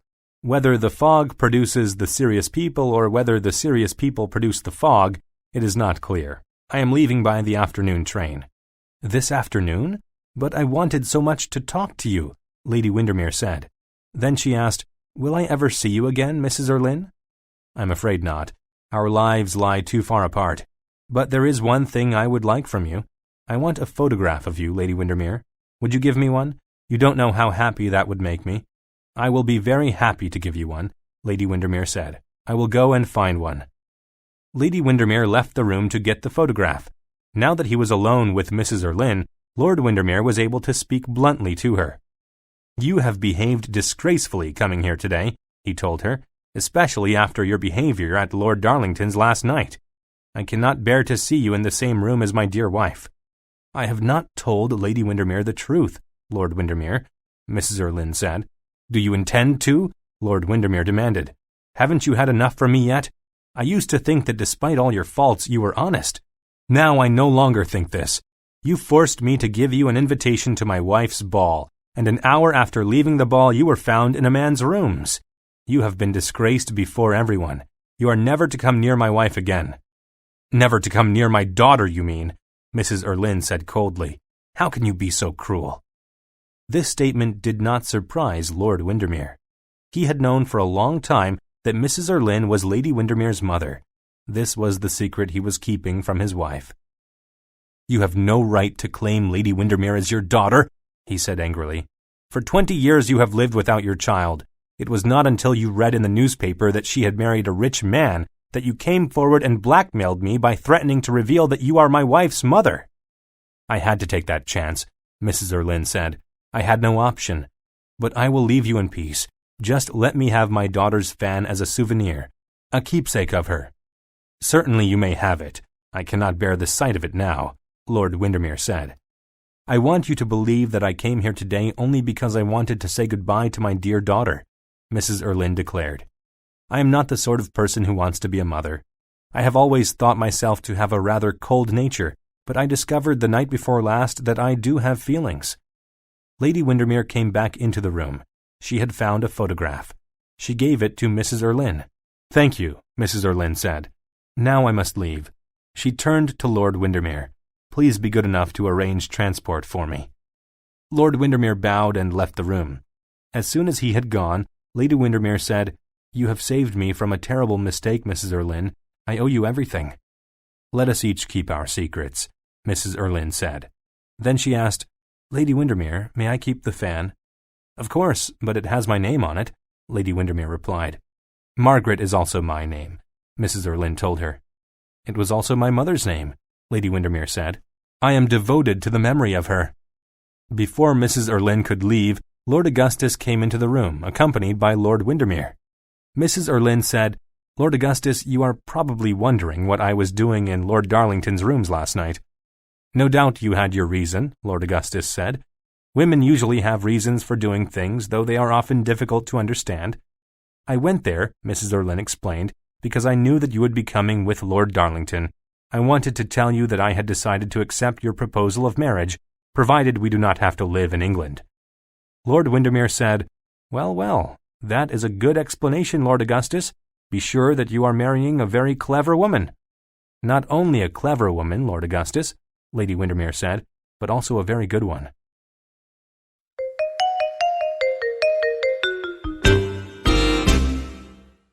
An Ideal Husband. Chapter 1. Trouble Arrives. One day, Sir Robert and Lady Gertrude Chiltern held a formal dinner party and reception in their London home. Lady Gertrude welcomed the guests as they were introduced by Mason, the butler. Two friends, Lady Olivia Basildon and Mrs. Margaret Marchmont, had already been introduced and been shown into a living room. They had been joined by a young diplomat. These three guests were talking together when Mason announced the arrival of an old gentleman, Lord Caversham. Despite his age, Lord Caversham was still active in political life. He bowed to Lady Chiltern. "Good evening," he said. "Has my lazy young son arrived yet?" "I don't think so," Lady Gertrude replied. Sir Robert Chiltern's sister, Mabel Chiltern, approached Lord Caversham. "Why do you call Lord Goring lazy?" she asked him. "Because he leads such an idle life," Lord Caversham answered. Mabel Chiltern was amazed by such a reply. She said, "Lord Caversham, how could you say such a thing? Lord Goring rides in the park at 10 o'clock every morning, goes to the theatre 3 times a week, changes his clothes at least 5 times a day, and dines out every night of the London season. How could that be called an idle life?" Lord Caversham was charmed by Mabel, who was young and pretty. She invited him to call on her at any time he chose. He told her that he very rarely went out in the evenings. "I don't want to risk having to sit down at dinner next to the woman who makes my wife's hats," he explained. "I can't stand the sight of Lady Caversham's hats." Mabel Chiltern laughed and told Lord Caversham how much she enjoyed meeting him and everyone else in London society. "I think everyone in London is either brilliant or crazy," she said. "And into which group does my son, Lord Goring, belong?" Lord Caversham asked her. Mabel replied, "Neither, because Lord Goring is in a class by himself, although he is developing very nicely." "And what exactly is my son developing into?" Lord Caversham wanted to know. Mabel smiled and said, "I'll tell you later." Mason now announced the arrival of 2 more guests, Lady Markby and Mrs. Cheveley.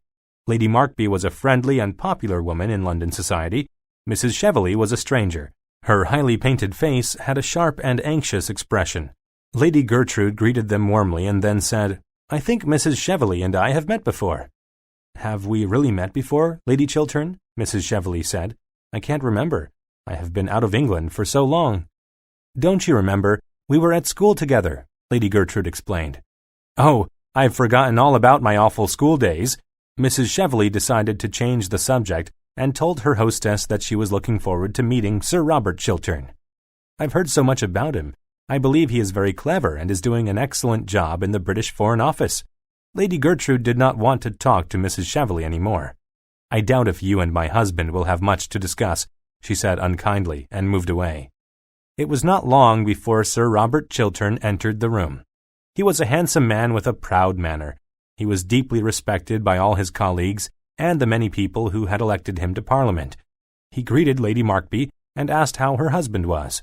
"I'm afraid John has become rather unreasonable since he has taken seriously to politics," she told him. Then she introduced him to Mrs. Cheveley, who was standing nearby. "How do you do?" he said. "Your name is familiar." "Lady Gertrude and I were at school together," Mrs. Cheveley told him. She laughed and added, "She often won a prize for good conduct." "And what did you win a prize for?" Sir Robert asked. "Oh, my prizes all came a little later on in life, Sir Robert, and I don't think any of them were for good conduct." Sir Robert did not comment on this remark. Instead, he asked Mrs. Cheveley why she had left sunny Vienna for dull and grey London. He wondered if she was on a political visit or simply traveling for pleasure. "Politics is my special interest," she told him. "And do you think politics is a fine career?" he asked. "Sometimes, Sir Robert, but sometimes it is just a clever game." "So you are visiting London for political purposes?" Sir Robert asked, but Mrs. Cheveley did not answer this question. Instead, she said, "I am not really keen on the London season. There is far too much concentration on marriage.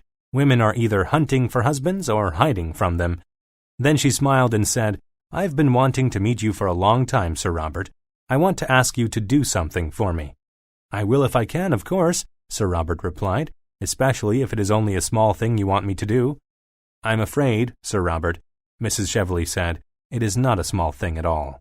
"Then what is it?" "I will tell you another time. Now I would like to see your beautiful paintings.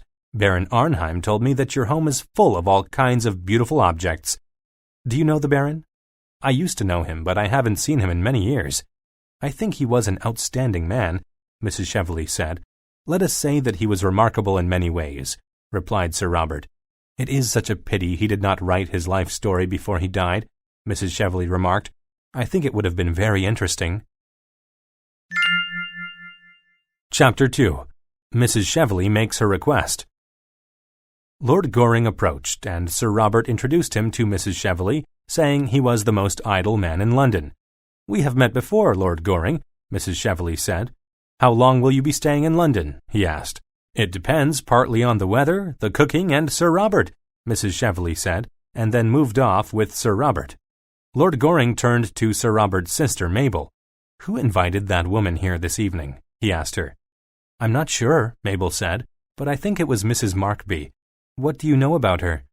"Mrs. Cheveley is a very clever woman in the daytime and a temptress at night," Lord Goring said.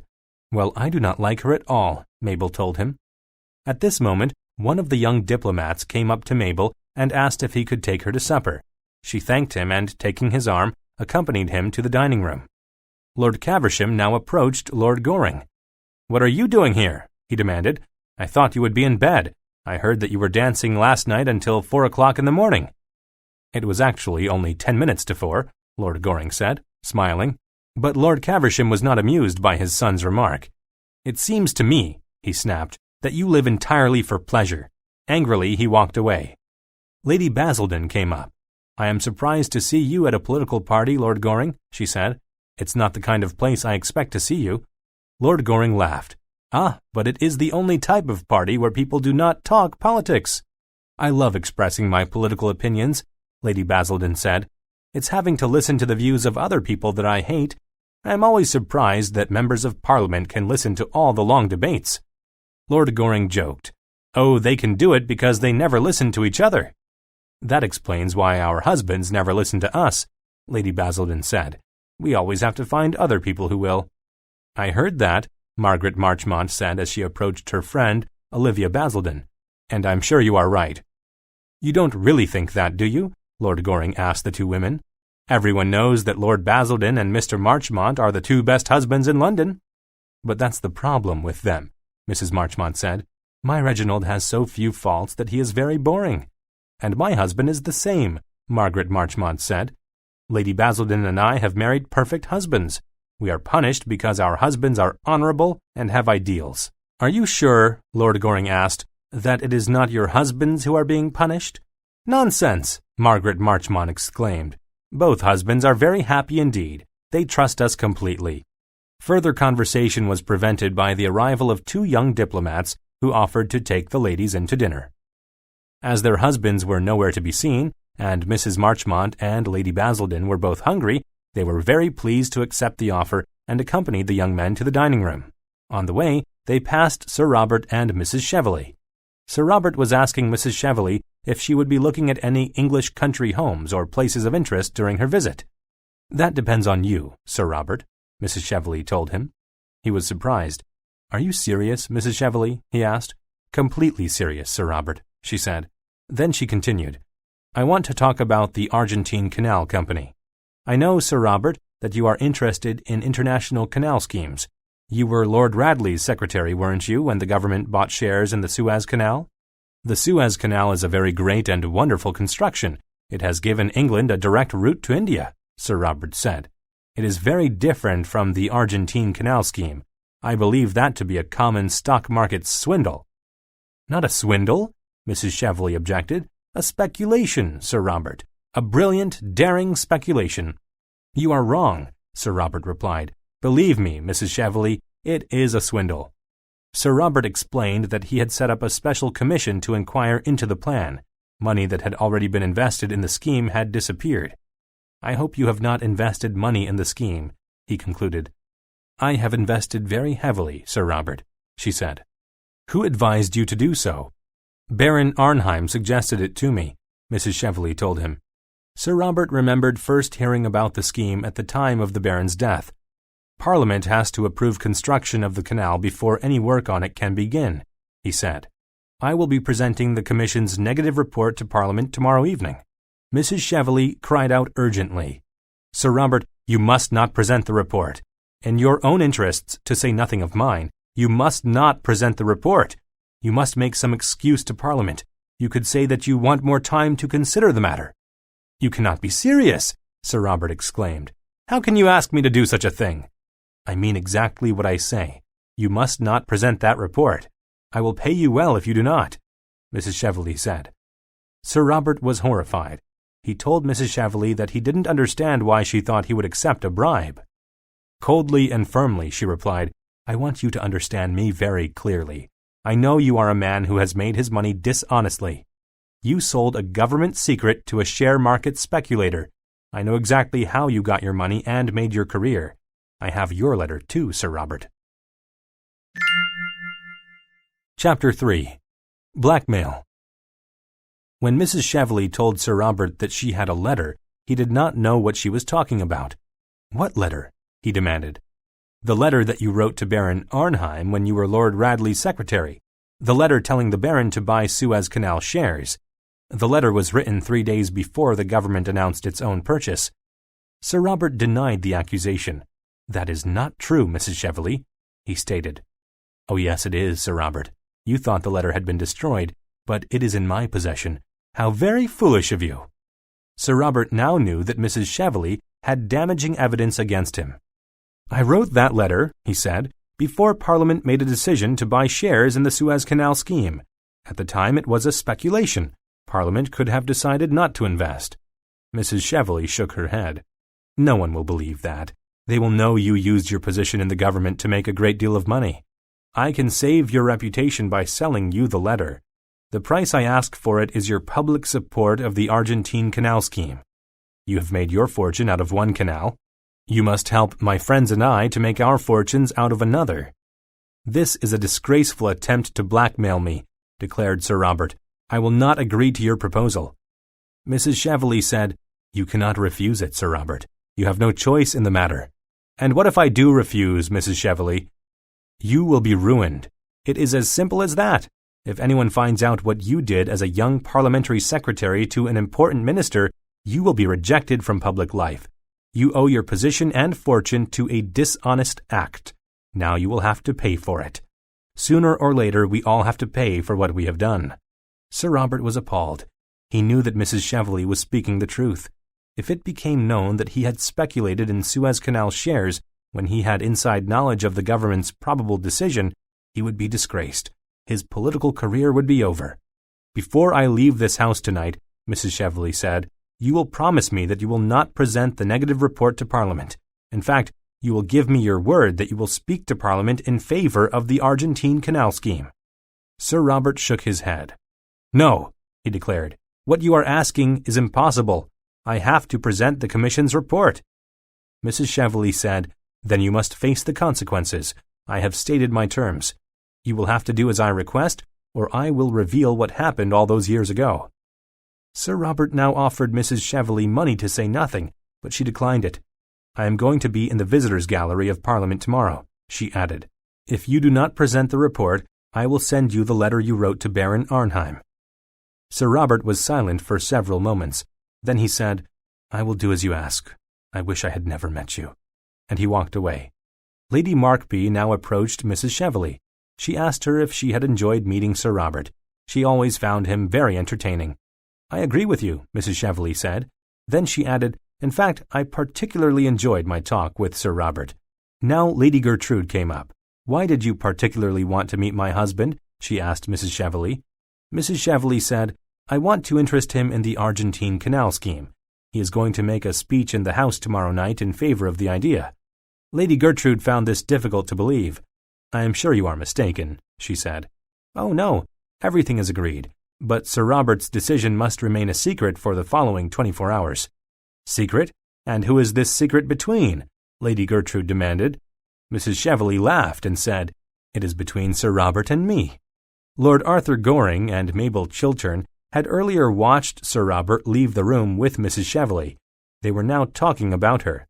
Mabel told Lord Arthur Goring that she thought Mrs. Cheveley was a horrible woman, and that she hoped she would never have to see her again. She then sat down on a sofa.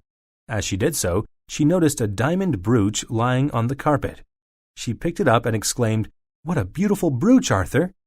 Lord Goring took it from her and put it in his pocket, saying, "Mabel, this is a strange request, but would you please not mention to anyone about finding this brooch?" "Of course, Arthur, but why mustn't I?" Lord Goring said, "I gave this brooch to someone many years ago, and now I must ask you to excuse me. I need to speak to Lady Gertrude." With these words, he hurried across the room to where Lady Gertrude had just said goodbye to some guests. "Lady Gertrude," he said, "tell me, please, why Mrs. Cheveley came here tonight?" "I believe it was to try and get Robert involved in some dishonest scheme about the Argentine Canal." Lord Goring was amazed. "I'm sure," he said, "Sir Robert will never do anything like that." "Exactly," Lady Gertrude agreed. "But a woman like Mrs. Cheveley does not understand a moral and noble man like Sir Robert." "I'm sure that is so," Lord Goring said, and after thanking her for a delightful evening, he left. Later, when she was alone with Sir Robert, Lady Gertrude said, "Are you really going to support the Argentine Canal speculation?" Sir Robert was surprised by the question. "Where did you hear that?" "Mrs. Cheveley herself told me.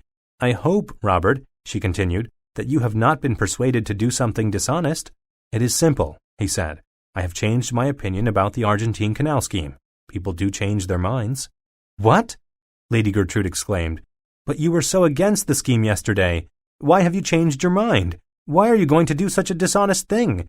Is there something in your past life I should know about? I have always thought you were different from other men. You always did what was right and good.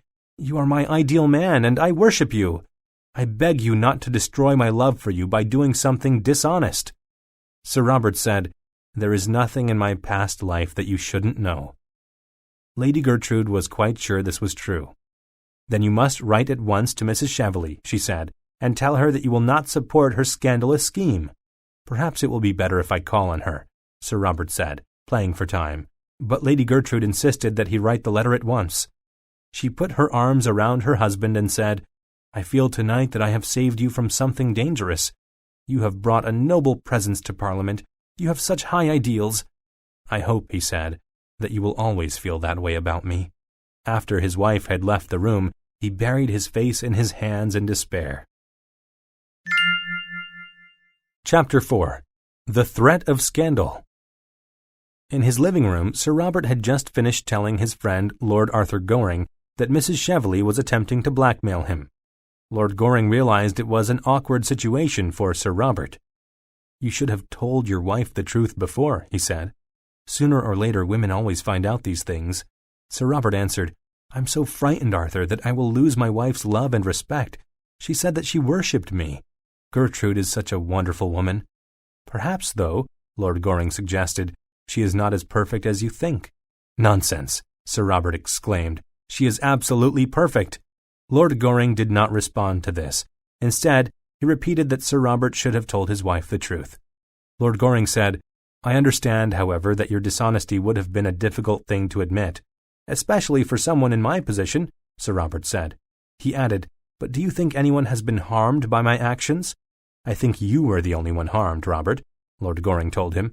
"The problem is, though," Sir Robert admitted, "I did receive confidential information about a certain deal planned by the government of the day. I acted on that information. That information was the source of many people's wealth, including my own. Then you cannot be surprised that there would be a public scandal if the truth becomes known," Lord Goring said. "But it seems unfair," Sir Robert protested, "that something I did nearly 18 years ago should be brought up against me now. My whole career can be ruined because of one past mistake. I was only 22 at the time. I did not come from a wealthy family. Surely all ambitious men have to occasionally employ business methods that may not be totally honest. Everyone seems to worship money. It is the god of our times." "Your tragedy, Robert," Lord Goring told him, "is that you would have been successful even without great wealth. You're the second most important minister in foreign affairs at the age of 40. That should be good enough for anyone.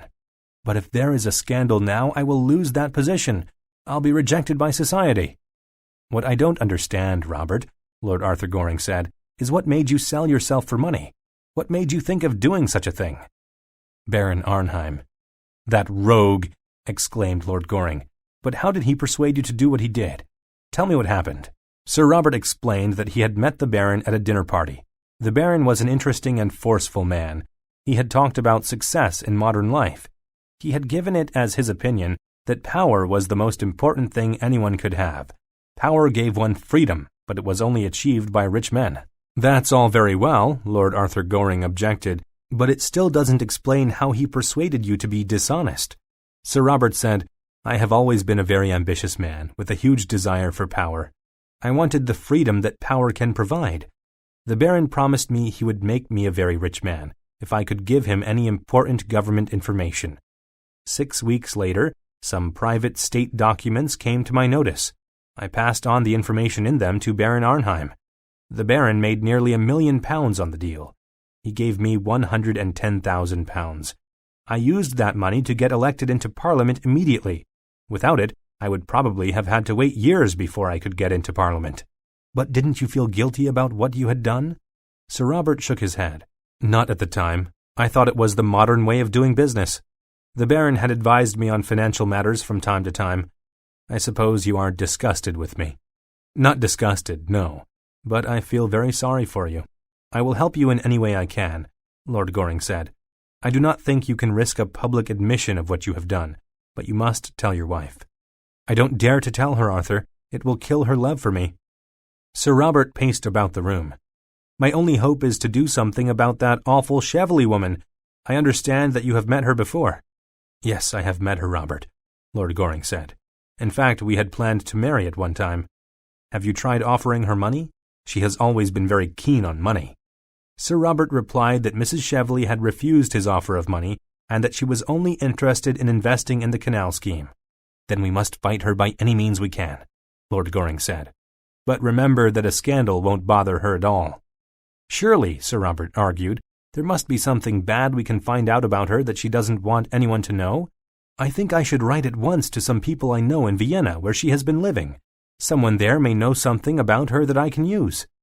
Both men were afraid, however, that Mrs. Cheveley was the type of woman who could easily hide any disgraceful events in her past. Lord Goring was sure that she was not the sort of woman who would be easily frightened. "I'm very grateful to you for being so helpful, Arthur," Sir Robert said. "I'm sorry I haven't been more helpful. Just having someone to confide in has been a great relief. I wish I could always speak the truth." Lord Goring laughed and remarked, "The truth is something I always get rid of as soon as possible." Later that evening, Lady Gertrude told Sir Robert that she thought he looked very tired. She wondered if he had been working too hard.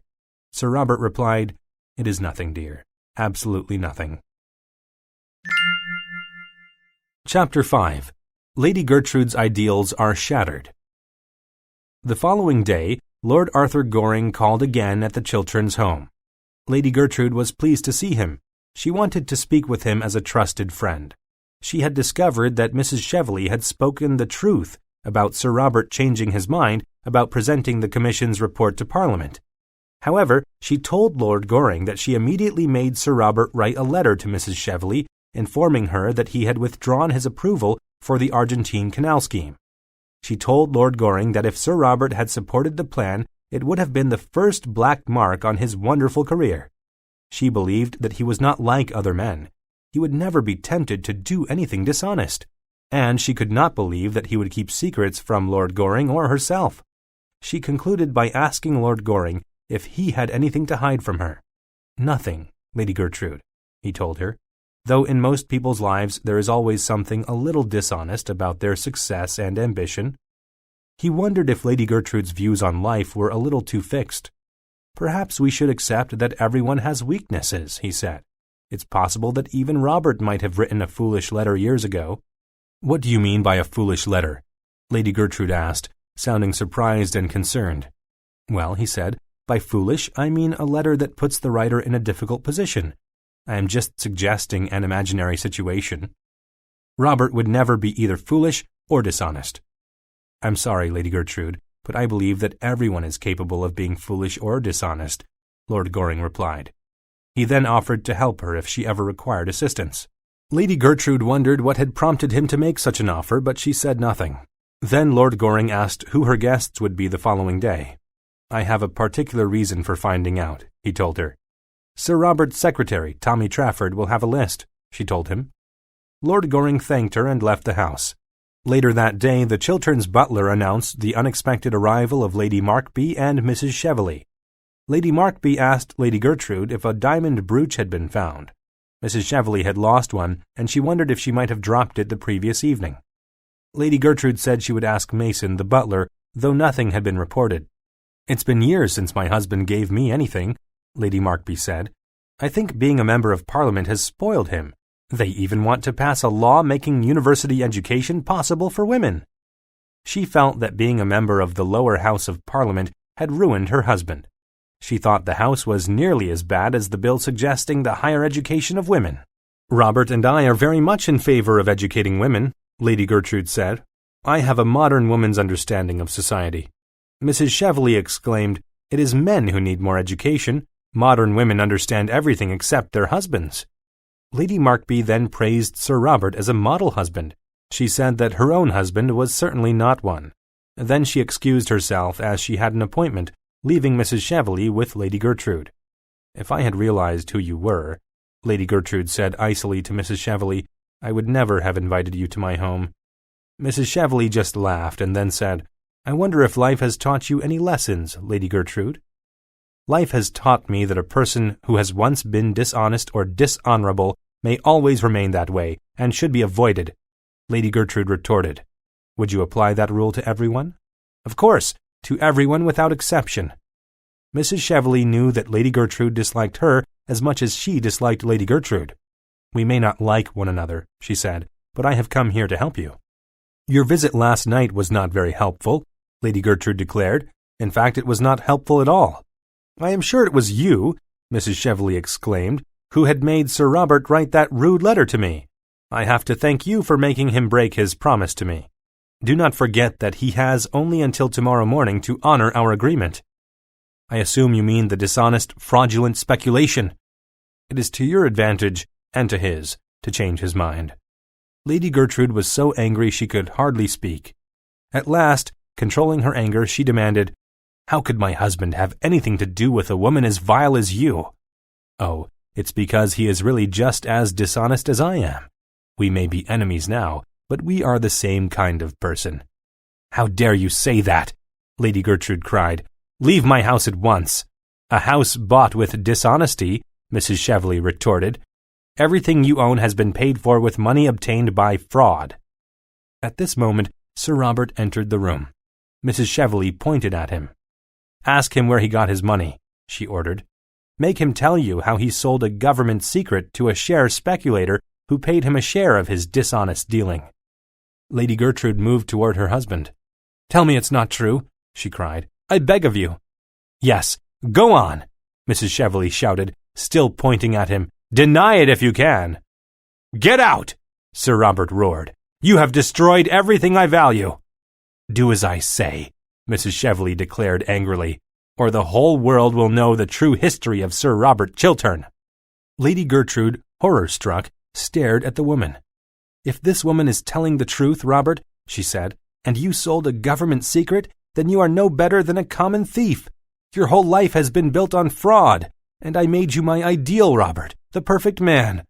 Sir Robert cried out, "Gertrude, why can't you love me in spite of my faults? You have ruined my life." He rushed from the room. Lady Gertrude threw herself down on the sofa in a flood of tears. She did not know what to do. Then she decided to write to Lord Goring and tell him she intended to call on him. Chapter 6. Identity Crisis. The next day, when Lord Goring was reading in the library of his home, Phipps, the butler, came in and handed him 3 letters. One of them had a bright pink envelope. Lord Goring recognized Lady Gertrude's writing.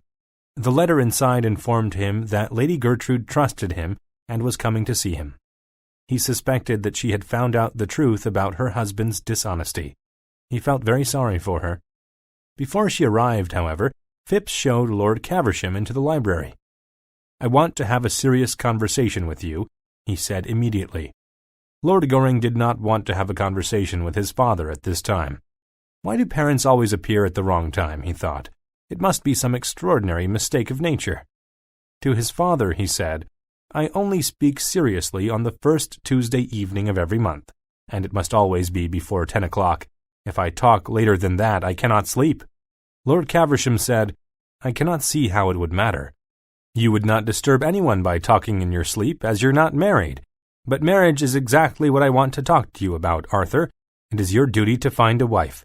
Consider where a good marriage to a sensible woman and hard work has gotten your friend Robert Chiltern. Why don't you copy him? Why don't you take him as your model?" Before Lord Goring could reply, his father asked if they could move to a room where there was a fire. He felt cold. Lord Goring took his father into his study and sat him down by the fire. Then he excused himself, leaving his father to complain to himself about his idle son. Lord Goring then spoke to Phipps, the butler. "I am expecting a lady to visit me this evening," he told him. "She will be coming on very important business. The minute she arrives, I will show her into the living room myself." "Very good, my lord," Phipps said. "And don't let any other visitors into the house this evening," Lord Goring ordered him. At this moment the doorbell rang. Before Lord Goring could greet the visitor, his father appeared and complained about being kept waiting. Lord Goring quickly took his father back into the study, leaving Phipps to attend to the visitor. When Phipps opened the door, it was Mrs. Cheveley who was standing there, and not Lady Gertrude, as Lord Goring had expected. Phipps showed Mrs. Cheveley into the living room and closed the door. Mrs. Cheveley walked around the room. She stopped in front of the writing desk. She saw the pink envelope on it. She guessed it was a letter from Lady Gertrude. She opened it and read that Lady Gertrude trusted Lord Goring and was coming to see him that evening. Not understanding the true intention of the letter, Mrs. Cheveley put it in her handbag. She hoped she could use it to create trouble between Sir Robert and his wife, Lady Gertrude. In the study, Lord Caversham began to give his son a lecture about choosing a bride. "I should be the one to choose the girl. I am sure, Arthur," he said, "you would make a very poor choice." Lord Goring did not want to hear any more. He left the room feeling very annoyed with his father. As he opened the door, his friend Sir Robert Chiltern appeared. Sir Robert was delighted to find Lord Goring at home, because the butler, obeying orders, had said he was not at home. Sir Robert said, "Arthur, please spare me a few minutes of your time. Gertrude knows everything." "Who told her, Robert?" "Mrs. Cheveley." I had hoped to discover some scandal about the woman, but nothing seems to be known, though. Baron Arnheim left her a huge amount of money." "That's interesting," Lord Goring said. "It may be interesting, but it doesn't help me," Sir Robert objected. "What can I do about my unhappy situation? I love Gertrude more than anything in the world. I am worried that she will no longer love or respect me." "Has Lady Gertrude ever done anything wrong herself?" "Never," replied Sir Robert. "She would not know what weakness and temptation are." Sir Robert now started to tell his friend about what he had planned to say about the Argentine Canal scheme in Parliament that night, but he was interrupted by a sudden noise from the next room. Sir Robert jumped up in horror. "Someone has been listening to everything I've said," he cried. No one is there," Lord Goring said. Having received a letter from Lady Gertrude telling him that she intended to visit him, he thought it was she who waited in the next room. He did not know that she had changed her mind about coming to see him. He had no idea that it was Mrs. Cheveley instead who was waiting in the lounge room.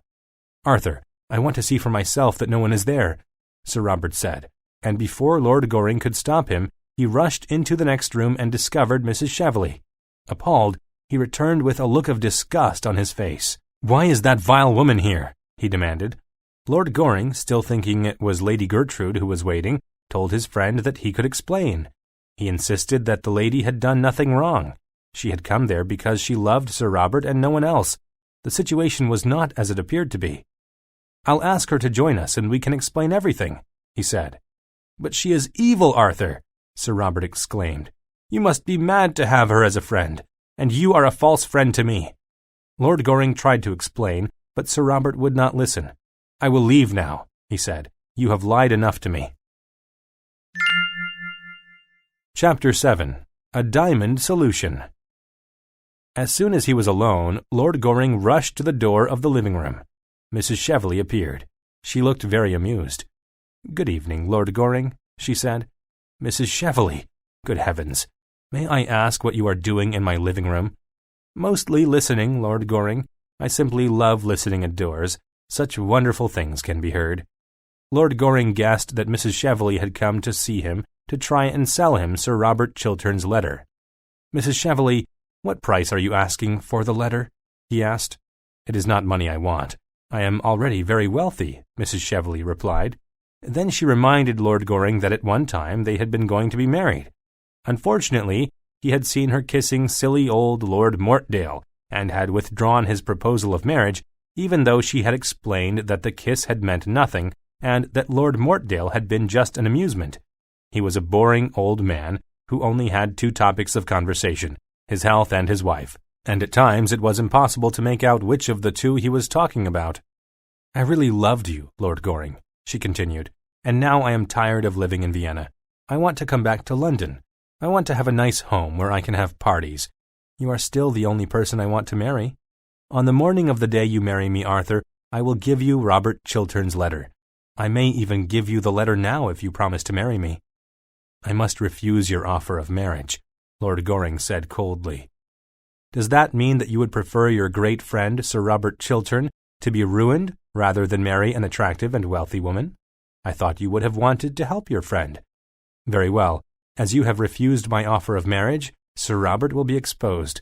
I do not understand how you can speak of love and marriage when you are attempting to blackmail me," Lord Goring told her. "And not only are you attempting to blackmail me, but you have cruelly gone to the Chilterns' home and created trouble between Sir Robert and his wife. It was a disgraceful act to try and poison Lady Gertrude's love for her husband." Mrs. Cheveley refused to accept Lord Goring's criticism. "You are not being fair to me," she objected. "I did not go to the Chilterns' home to make trouble. Although I do not like Lady Gertrude, the reason I called on her with Lady Markby was simply to ask about some lost jewelry. I lost a piece the night before and wondered if it had been found at the Chilterns. Ask Lady Markby. She will confirm the purpose of my visit." "If that is the case, why were you so cruel to Lady Gertrude?" Lord Goring asked. "Because she was rude to me and made me angry," Mrs. Cheveley said. "I repeat, my reason for calling on her was to ask if my diamond brooch had been found." "Was it a diamond brooch with a red stone?" "Yes," replied Mrs. Cheveley. "How did you know?" "It has been found. I have it."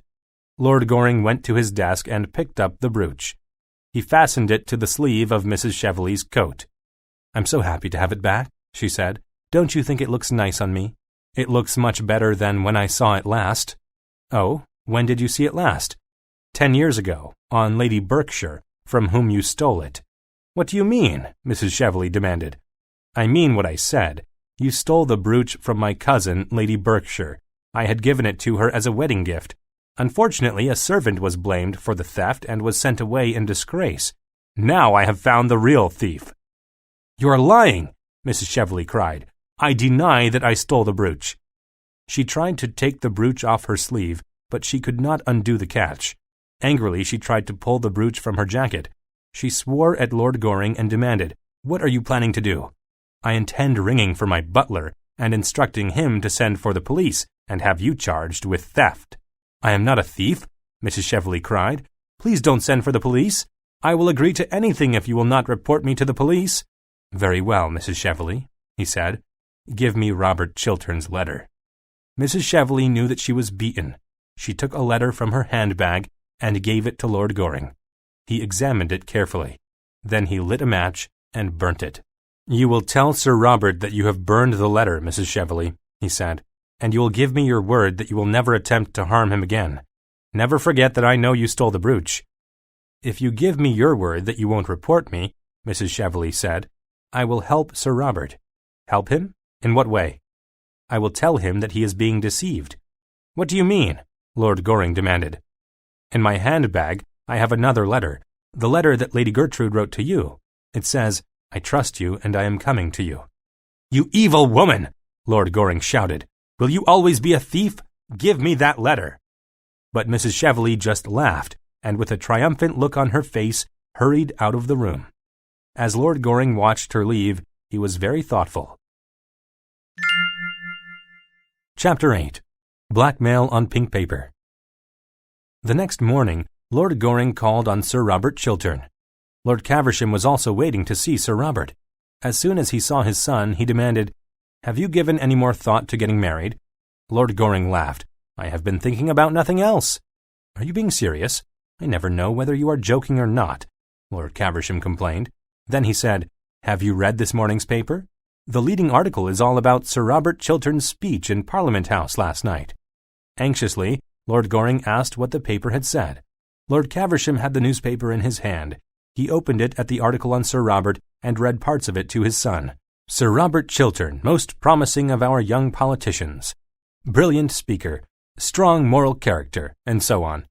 "And great courage," Lord Goring said. "Indeed," Lord Caversham observed, and then a thought struck him. "Why don't you go into Parliament?" he suggested to his son. "Only dull people ever go into Parliament," Lord Goring said with a laugh. "They are the only ones who succeed." Lord Caversham could not understand why his son was not doing something useful with his life. He couldn't even find a wife, not even a silly girl like Mabel Chiltern, even though she was charming. Further conversation between father and son was prevented by the arrival of Mabel Chiltern herself. She had been out riding. At first, she ignored Lord Goring and spoke only to his father. She asked him about Lady Caversham's hats. Lord Caversham replied that her hats were in a serious state of collapse. Mabel laughed and then finally pretended to just notice Lord Goring. She was annoyed with him for not meeting her earlier as they had arranged. As Lord Caversham stood up to leave, she said, "I do hope you are not going to leave me here alone with Lord Goring." "I am afraid I can't take him with me," Lord Caversham said. "It is not the Prime Minister's day for seeing the unemployed." He gave his son a look of disapproval and departed. Now that they were alone together, Mabel Chiltern's attitude to Lord Goring softened. She smiled at him. "I'm sorry I missed our appointment," he said. "I have had many things to do and think about." "Such as?" she asked. "Well, I have been wondering whether to ask you to marry me," he said. "I see. And have you made a decision?" "Oh, yes. Will you marry me?" "Of course I will. I thought you'd never ask," she said, laughing. "Actually, this is the second proposal of marriage I have had today." "Oh? And what rogue has been rude enough to dare to propose to you?" Lord Goring wanted to know. "Just Tommy Trafford. He always proposes on Tuesdays and Thursdays, but you are the only man I want to marry." "The only thing that worries me," Lord Goring said, "is that I am not nearly good enough for you, Mabel." "Don't worry about that," Mabel said. At this moment, Lady Gertrude came into the room. She greeted Lord Goring warmly, then turned to her daughter and said, "We must go shopping now, Mabel." "I'll go and change my clothes," Mabel said and went out. Now that they were alone, Lord Goring was able to tell Lady Gertrude his good news. "I have something to tell you. Last night Mrs. Cheveley gave me the letter Sir Robert wrote all those years ago. I have burnt it. There is only one problem. Now she has the letter you wrote to me asking for my help." "Why is that a problem?" Lady Gertrude asked. She knew there was nothing improper in the letter. "Mrs. Cheveley plans to send the letter to your husband. She is sure he will think there is something more between us than friendship." "What a horrible woman she is!" Lady Gertrude cried. "How did she get the letter?" Lord Arthur explained that, without his knowledge, Mrs. Cheveley had been shown into his library and had stolen the letter. He had thought it was Lady Gertrude who was waiting to see him. Then Sir Robert had arrived unexpectedly, and while he and Sir Robert were talking, he had heard a noise coming from the next room. He had gone to investigate and discovered Mrs. Cheveley in the room. Sir Robert had completely misunderstood the situation and had left the house in anger. "He must be thinking," Lord Goring said, "that you, Mrs. Cheveley, and I are planning to destroy him so that I can marry you. We must tell him the truth. He won't believe us," Lady Gertrude said. "I must get the letter back before it reaches Sir Robert." She knew that his secretary opened her husband's mail. "Perhaps his secretary will give me the letter before it's opened," he said. "It will be easy to identify because it's on pink paper. I'll go at once and speak to him." He left the room. As he reached the top of the stairs, he saw Sir Robert coming up with the pink letter in his hand. Lord Goring turned and hurried back to Lady Gertrude. "Robert is here," he told her, "and he has the letter already." Lady Gertrude cried out, "You have saved his life, but what have you done with mine?" Chapter 9. Balanced Ideals. Sir Robert had already read the letter from Lady Gertrude. Instead of being angry, however, he was delighted to have read that his wife trusted him. He did not realize that the letter had been intended for Lord Goring. "Now that I know that you want me and trust me," he told her, "it does not matter what trouble the future brings for me." "There'll be no trouble, Robert," Lady Gertrude explained. "Mrs. Cheveley has given your letter to Lord Goring, and he has burned the document." "Then I am safe," Sir Robert exclaimed delightedly. "It's such wonderful news. For 2 days I've been anxious and worried. I'm so glad I said what I did in Parliament yesterday evening. I did so because I thought I would be publicly disgraced if I did not, and Mrs. Cheveley showed people the letter. By saying what you did, Robert," Lady Gertrude said, "public honor has been the result instead." "Perhaps," Sir Robert agreed, "but I am wondering if I should retire from public life, although there is now no proof against me." "I think it is your duty to do so," Lady Gertrude told him. "But will you still have ambitions for me?" "My only ambition is for us to love each other," she said, smiling and taking his hand. Further discussion was interrupted by the butler, who announced the arrival of Lord Caversham and Lord Goring. "Good morning, Lady Chiltern," Lord Caversham said. "Congratulations to you, Sir Robert. It was a brilliant speech last night. I have just been with the Prime Minister. You are to have a seat in the Cabinet." "A seat in the Cabinet?" exclaimed Sir Robert. "Yes," said Lord Caversham. "Here is a letter from the Prime Minister. You deserve your success. You are a man of such high moral values." He turned to his son. "I wish you could be more like your friend," he said. Sir Robert wanted to accept his new political appointment, but he remembered that he had just told his wife that he intended to retire from public life, and she had agreed that it was the right thing to do. "Lord Caversham," he said, "I regret that I will not be able to accept the Prime Minister's offer." Lord Caversham was very puzzled by this. He asked Lady Chiltern to try and persuade her husband to change his mind. "No, Lord Caversham, I cannot," she said. "I approved of his decision." "Are you both mad?" Lord Caversham demanded. "How can any sane person refuse such a wonderful opportunity?" But Lady Gertrude would not change her mind. She encouraged Sir Robert to write at once to the Prime Minister. He left the room, followed by a very puzzled and annoyed Lord Caversham. Along with Lady Gertrude, Lord Goring said, "Why are you doing exactly what Mrs. Cheveley has tried to do to Robert?" Lady Gertrude asked, "What do you mean?" "Isn't it obvious? Mrs. Cheveley attempted to ruin Robert, either to drive him from political life or disgrace him. He has been saved from disgrace, but now you are forcing him from public life. You are doing what Mrs. Cheveley tried to do but failed." Lady Gertrude was silent. She knew there was some truth in what Lord Goring was saying. "In your letter to me," he continued, "you said that you trusted me. Well, now I want you to show that you really trust my judgment. I know you love Robert.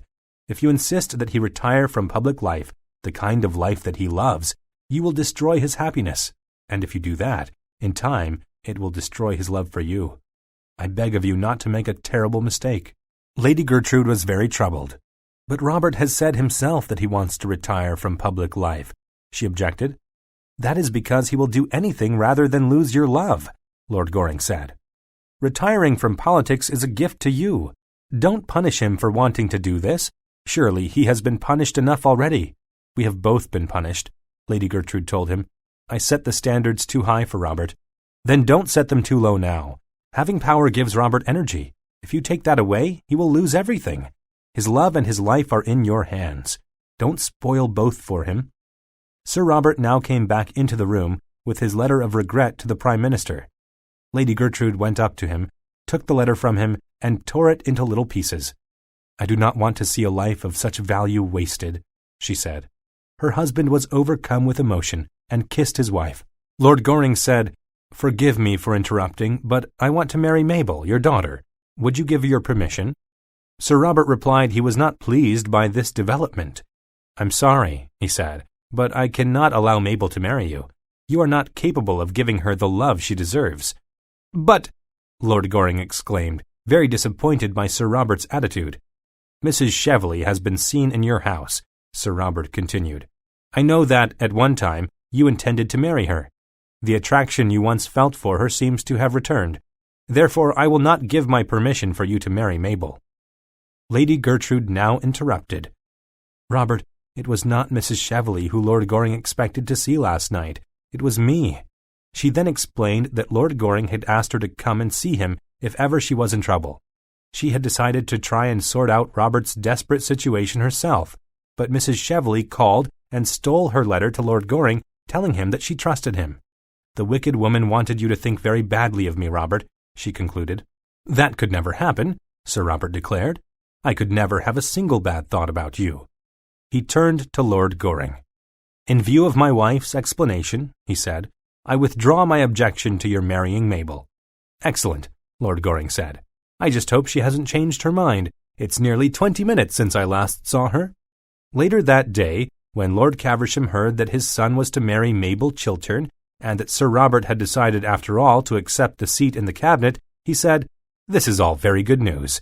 I'm sure Sir Robert would be the Prime Minister one day." To Mabel, he said, "Miss Chiltern, if my son doesn't make you an ideal husband, I won't leave him anything in my will." "Oh," Mabel replied, "I don't think I want an ideal husband.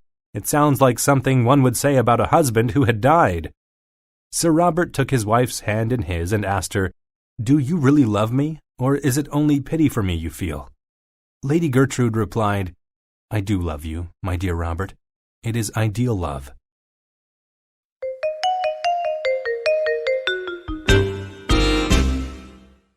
Playlet. The importance of being earnest. It's all in the name.